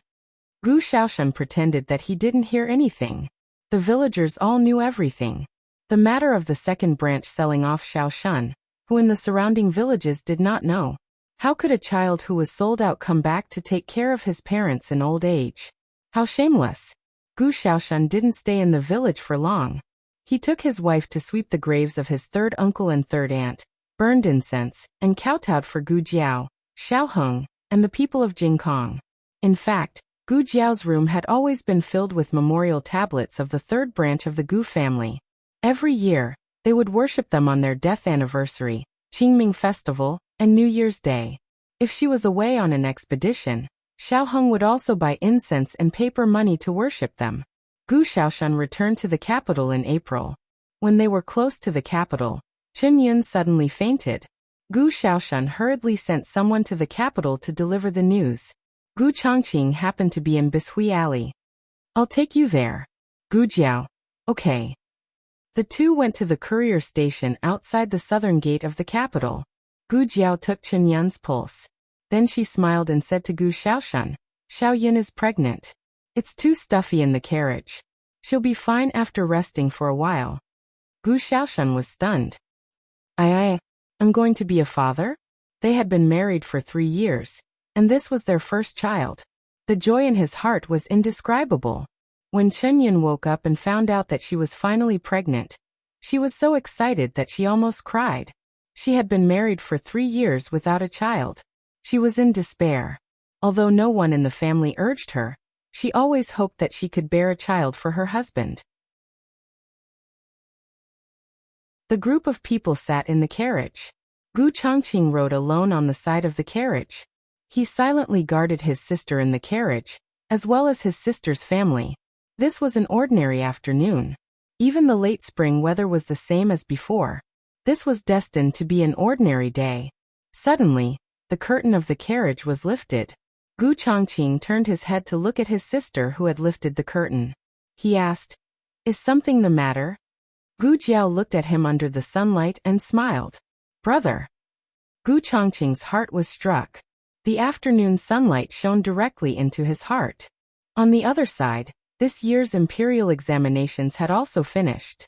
When Zhuang Yuheng was exiled, he had been stripped of his scholarly achievements. However, the emperor did not say that he would not be allowed to take the imperial examinations again. He just never appeared in the examination room. It was because of this that Empress Dowager Zhuang understood that he did not want to return to the capital. However, this year, he appeared in the capital's examination hall, and took first place in the palace examination in March. He became the first person in the history of the Zhao country to walk through the main gate of the imperial palace twice, and parade through the streets on horseback. He went to Renshou Palace and knelt on the ground. He kowtowed heavily to Empress Dowager Zhuang. He lowered his eyes and said in a tearful voice, "Great aunt." Empress Dowager Zhuang looked at Zhuang Yuheng, who was over 30 years old and thin. She waved her hand for him to come forward. Zhuang Yuheng held back his sobs and walked forward on his knees. Empress Dowager Zhuang clenched her handkerchief and punched his shoulder. She punched again and again. Her eyes were red and her throat was swollen. "You just came back. You just came back." In May, Xiao Heng handled a vicious bribery case that involved more than half of the Hanlin Academy. Although there were no fish in the clear water, there was a limit to everything. More than half of the Hanlin Academy's officials were involved. This was an extremely terrifying matter. When the results of the investigation came out, Xiao Heng never expected that the mastermind behind the scenes would be the current Hanlin Academy scholar. In the prison cell, the scholar of the Hanlin Academy confessed to his crimes. He accepted bribes and manipulated the examination of the scholars. He enrolled the scholars with low scores into the Hanlin Academy and falsified their qualifications and political achievements so that they could enter the 6 ministries. In the interrogation room, Xiao Heng, who was wearing a purple official's robe, sat on a chair. He looked at the scholar of the Hanlin Academy opposite him with a complicated expression. "Why? Ning Ziyuan smiled bitterly. Lulang, not everyone is born in the clouds. I'm just an ant from a poor family. I don't know how much effort it takes to climb up step by step. I'm not afraid of suffering, but sometimes suffering is useless. I know you want to say that you also relied on yourself to get to where you are today. I admit this. No matter how the world misunderstands you, I always believe that you relied on your own talent. But Lulang, I don't have your talent. I had an ambition that didn't match my talent. I didn't keep my heart. Xiao Heng calmly walked out of the prison of the Ministry of Justice. Many years ago, in a certain room of the Hanlin Academy, Ning Ziyuan patted him on the shoulder and said with great ambition, "Don't look at me because I was born in a poor family. I have no background and no connections. Sometimes I dream that one day I can climb up. I don't need to climb too high. Becoming a 5th-rank Hanlin Academy scholar is my life's dream." He clenched his fists, as if he wanted to force out the contempt he had suffered along the way from his bones. I'm thinking, when I have such a day, when I take charge of the Hanlin Academy, I will not appoint people for their money, for their connections, and for their obedience. I will not allow people to make trouble for me. A bolt of lightning flashed. A hole seemed to be opened in the sky and rain poured down. He stared at the endless rain, a trace of confusion flashing through his eyes. After a while, his eyes regained their firmness. He opened the umbrella and walked into the rain with firm steps. Empress Dowager Zhuang's health had been fluctuating this year, sometimes good and sometimes bad. She couldn't eat the candied plums and jujubes that Gu Jiao and the old chancellor had personally made for her. She had accumulated a lot of candied plums. Xianyuan she sat at her bedside and said softly, "Great aunt, eat as much as you want. I won't tell Jiao Jiao." Empress Dowager Zhuang smiled. "Where's my little granddaughter-in-law?" Xianyuanshi's ears turned slightly red. Empress Dowager Zhuang snorted. "You're the same as your brother-in-law. Don't learn from him. You've been married for so many years before you can eat it." In August, Gu Jiao brought Xuanningsiang and Gouwa from the countryside. Gouwa was a year and a half younger than Jing Kong. He was 14 this year, and was a handsome young man. Empress Dowager Zhuang lay on the soft phoenix bed, and looked at the figure walking towards her in the light. She asked weakly, "Is it Xiangxiang?" Xuanningsiang knelt on the ground, and held her great-aunt's hand. She choked with sobs. "It's me, great-aunt, it's me." "Where's Gouwa?" Empress Dowager Zhuang asked. Gouwa stood beside Xuanningsiang, but her eyesight was no longer good. Xuanningsiang felt like a knife was being twisted in her heart. She pulled her son aside. "Gouwa, quickly kowtow to the Empress Dowager." Gouwa knelt down and kowtowed 3 times to the Empress Dowager Zhuang. "Why do you keep kowtowing? You're hurting the child." Empress Dowager Zhuang took out a piece of sesame candy from under her pillow and handed it to him. "Gouwa, eat." Gouwa loved sesame candy the most when he was young. Xuanningsiang covered her mouth and cried uncontrollably. Gu Jiao brought the 3 little ones to live in Renshou Palace. "You're not noisy," Empress Dowager Zhuang occasionally said to the 3 little ones. "Your uncle from Jing Kong was really noisy when he was young." It wasn't that the 3 little ones weren't noisy, but they were very quiet in front of her. Even Xiao Yan, the little loudspeaker, sensibly suppressed her natural instincts and primitive strength. Xiao Heng, Xianyuanshi, Gu Xiaoshan, Gu Yan, and Gu Xiaobao also visited her every day. Gu Chongqing and Gu Chengfeng also came often. It was worth mentioning that Gu Chongqing and Yuan Baolin had a daughter, but Gu Chongqing still believed that he was fulfilling the agreement. Yuan Baolin told him, "A woman needs a son to live the rest of her life peacefully." The one-track-minded Gu Chongqing began to fulfill the agreement to give Yuan Baolin a son. Gu Jiao was shocked when she learned about this. She never expected Gu Chongqing to be so one-track-minded. She asked Yuan Baolin, "What if you have a son? How will you coax him into bed?" Yuan Baolin raised her chin and said, "Then I'll tell him that a son is too lonely. If anything happens in the future, he won't have a brother to support him. You see, you have 5 brothers." Gu Jiao silently gave a thumbs up. Empress Dowager Zhuang was asked about her well-being by everyone in the room. She hummed and said, "Don't you have something to do?" The old chancellor also came. However, he always stayed there quietly and didn't say anything. Empress Dowager Zhuang couldn't see, so she naturally didn't know he came. In the 12th month, Empress Dowager Zhuang's memory deteriorated, and she often called the wrong person. She would call Xiao Xianjing Kong and Gu Xiaobao Gu Yan. She also asked Gu Jiao where Xiaoshan went and whether Lulang went to the prefectural city for the exam again. She listened to the snow outside the window and said, "It's cold. Did Lulang bring enough clothes? The exam shed in Yuzhou is cold, unlike the capital." "He brought enough." Gu Jiao said, "Great aunt, don't worry. Xiaoshan went to the academy for lessons." Great aunt pulled the banknote in her hand and touched Gu Jiao's hand. "Give it to him for me. He fell out with the Gu family and went to live in the academy. He can't be full easily." Gu Jiao took the banknote. "Okay, I'll go to town to get it for him. Do you want to eat candied fruit? You can eat as many as you want today." Empress Dowager Zhuang closed her eyes and fell asleep. Gu Jiao quietly lay down beside her, pulled open her arms, and gently buried her head in her arms. On New Year's Eve, Xianyuan Shi welcomed his 16th birthday and Xiao Heng also welcomed his 30th year. Empress Dowager Zhuang was in good spirits. When she got up, she ate 6 candied fruits in one breath, which made eunuch Qin very happy. Originally, the birthday banquet was to be held in Renshou Palace, but Empress Dowager Zhuang wanted to play the leaf card, so the family returned to Bishui Alley.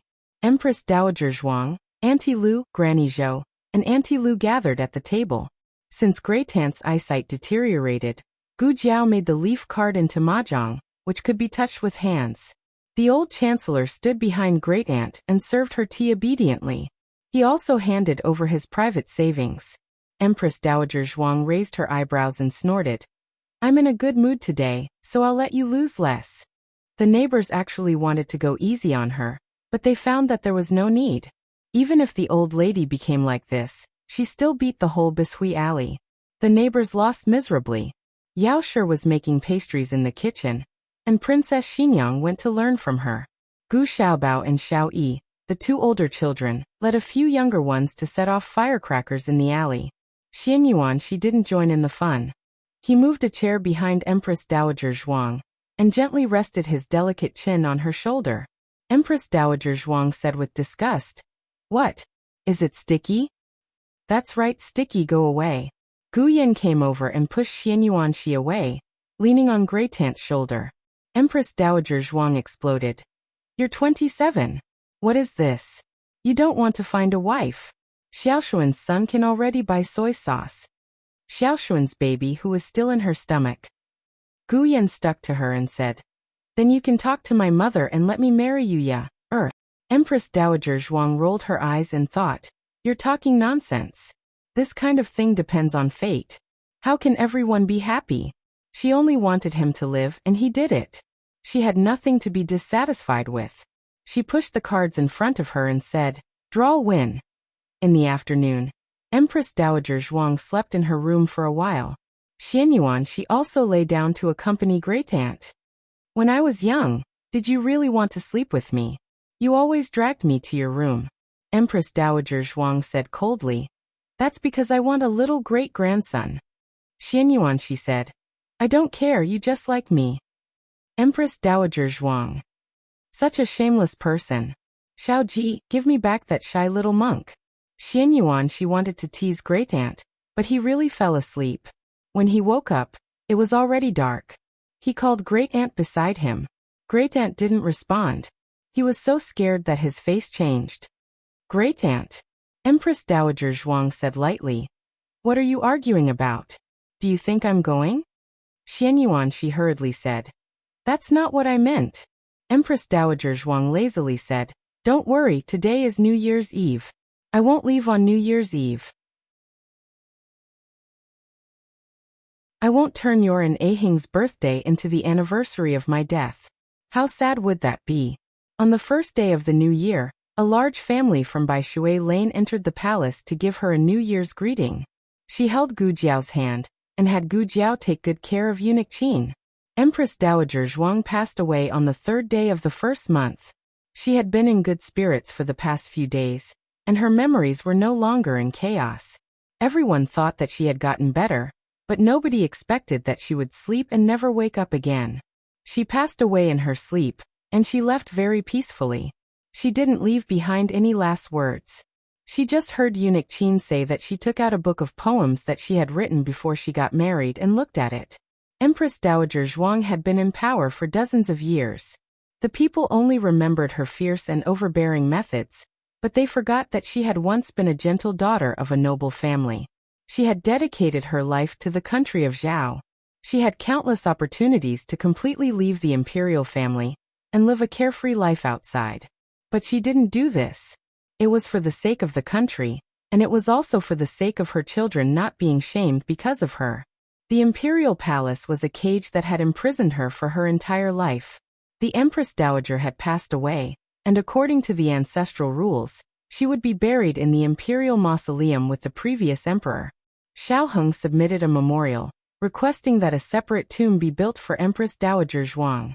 It was not in the name of Empress Dowager Zhuang, but in the name of Zhuang Jinsei. She had been imprisoned while alive, but she had to be freed after death. On the day that the tomb was built, Gu Jiao, Xiao Heng, Jing Kong, Gu Yan, Gu Xiaoshan, Gu Xiaobao, Gu Chongqing, and Zhuang Yuheng came to support the coffin of their grandaunt. Their grandaunt did not leave behind any children in this world, but they were all grandaunt's children.